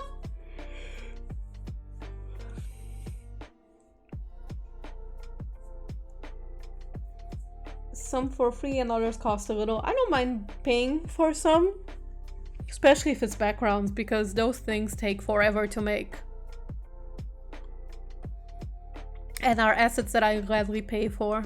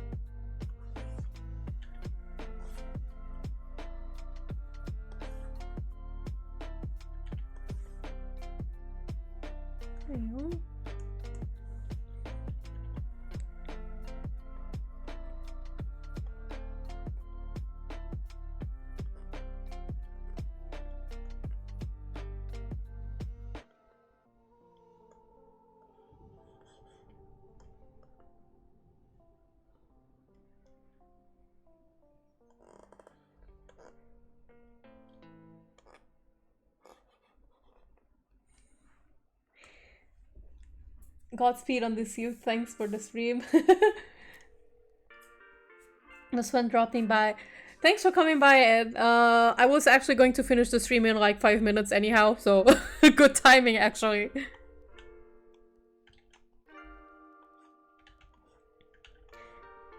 And good luck on that event thing.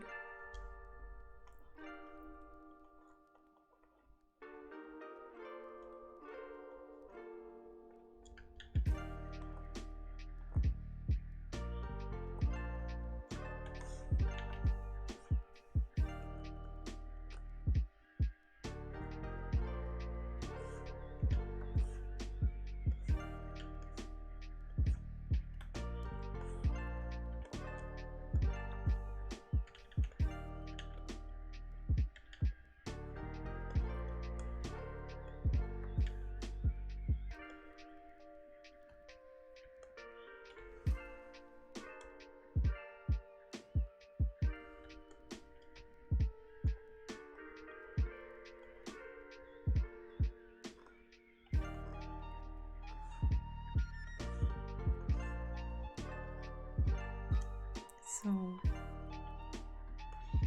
you rather rest well after the stream. Yes, I will. I will actually immediately go to bed as soon as I finish the stream. Because I have work tomorrow even. If I didn't, I would have streamed later. Like, I wouldn't have continued because my arm is starting to get sore, so I would have finished in this time anyhow, after 4 hours. But I would have, you know, planned for later. And I probably wouldn't have drawn Robot Romance beforehand, so I could, like, use that energy to draw more now.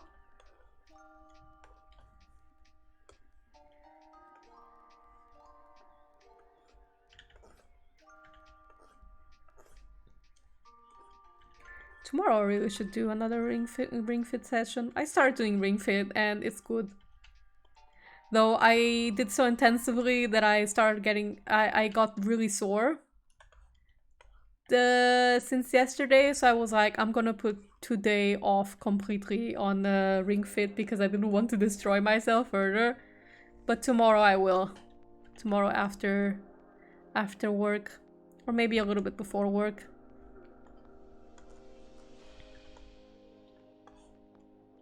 Exercise is good. I can definitely recommend it.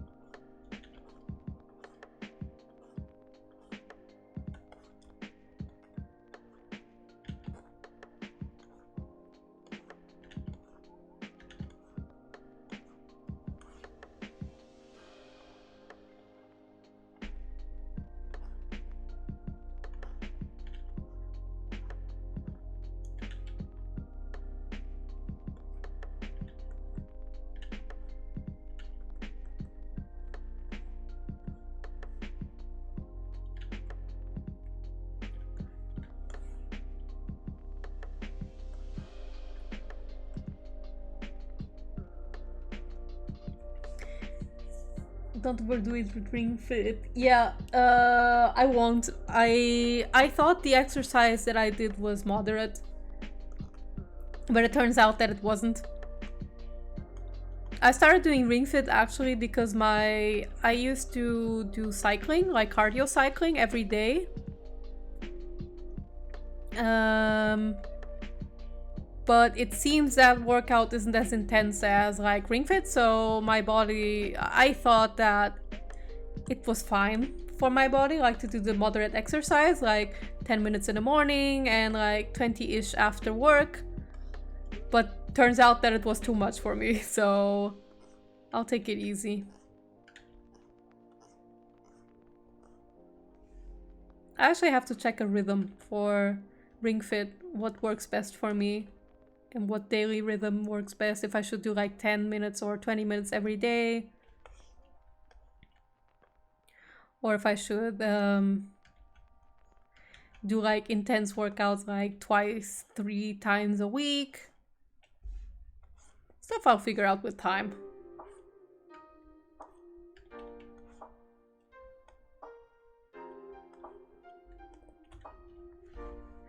Alright, I finished lining the boy. I managed to get one part of the line art done. But I think this is where I'll stop for today. I'll continue with this later. Maybe tomorrow, but actually I have to do house chore, so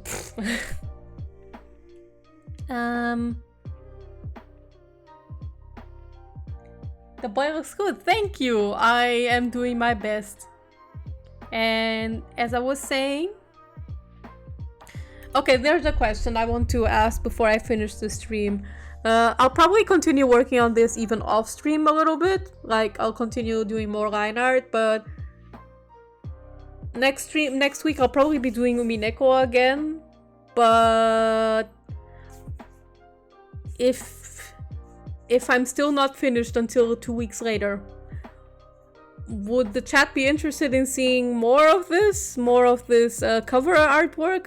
Even though by the time I think I'm doing another art stream, it might likely already be done, the cover.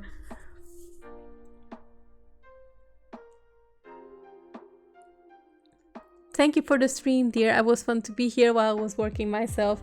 Oh. I'm happy that you came to my stream, and I'm very happy that you enjoyed it. Alright, guys. Let me just save this before I before I do something. Okay. I'd be interested, yeah. Okay. Like I said, that there's a very good chance I will finish this before I do another art stream. Like I said, next week is likely gonna be Umineko reading again. Or maybe even some Melty. I will see. Maybe if I'm up to it, I might even stream on Tuesday again. But I am not sure. Just don't count with it. Don't count on Tuesday. Just count on Thursday. But I may catch the VOD if I'm busy. Don't worry about that. I stream in European time zones, so it can be hard in American time zones. But yeah, as I was saying, thank you everybody who came for the stream today.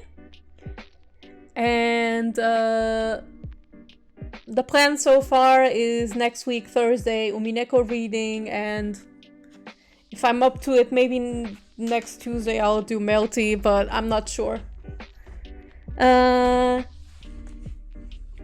I will definitely post a schedule for the next 2 weeks soon, so we will know what will be coming next.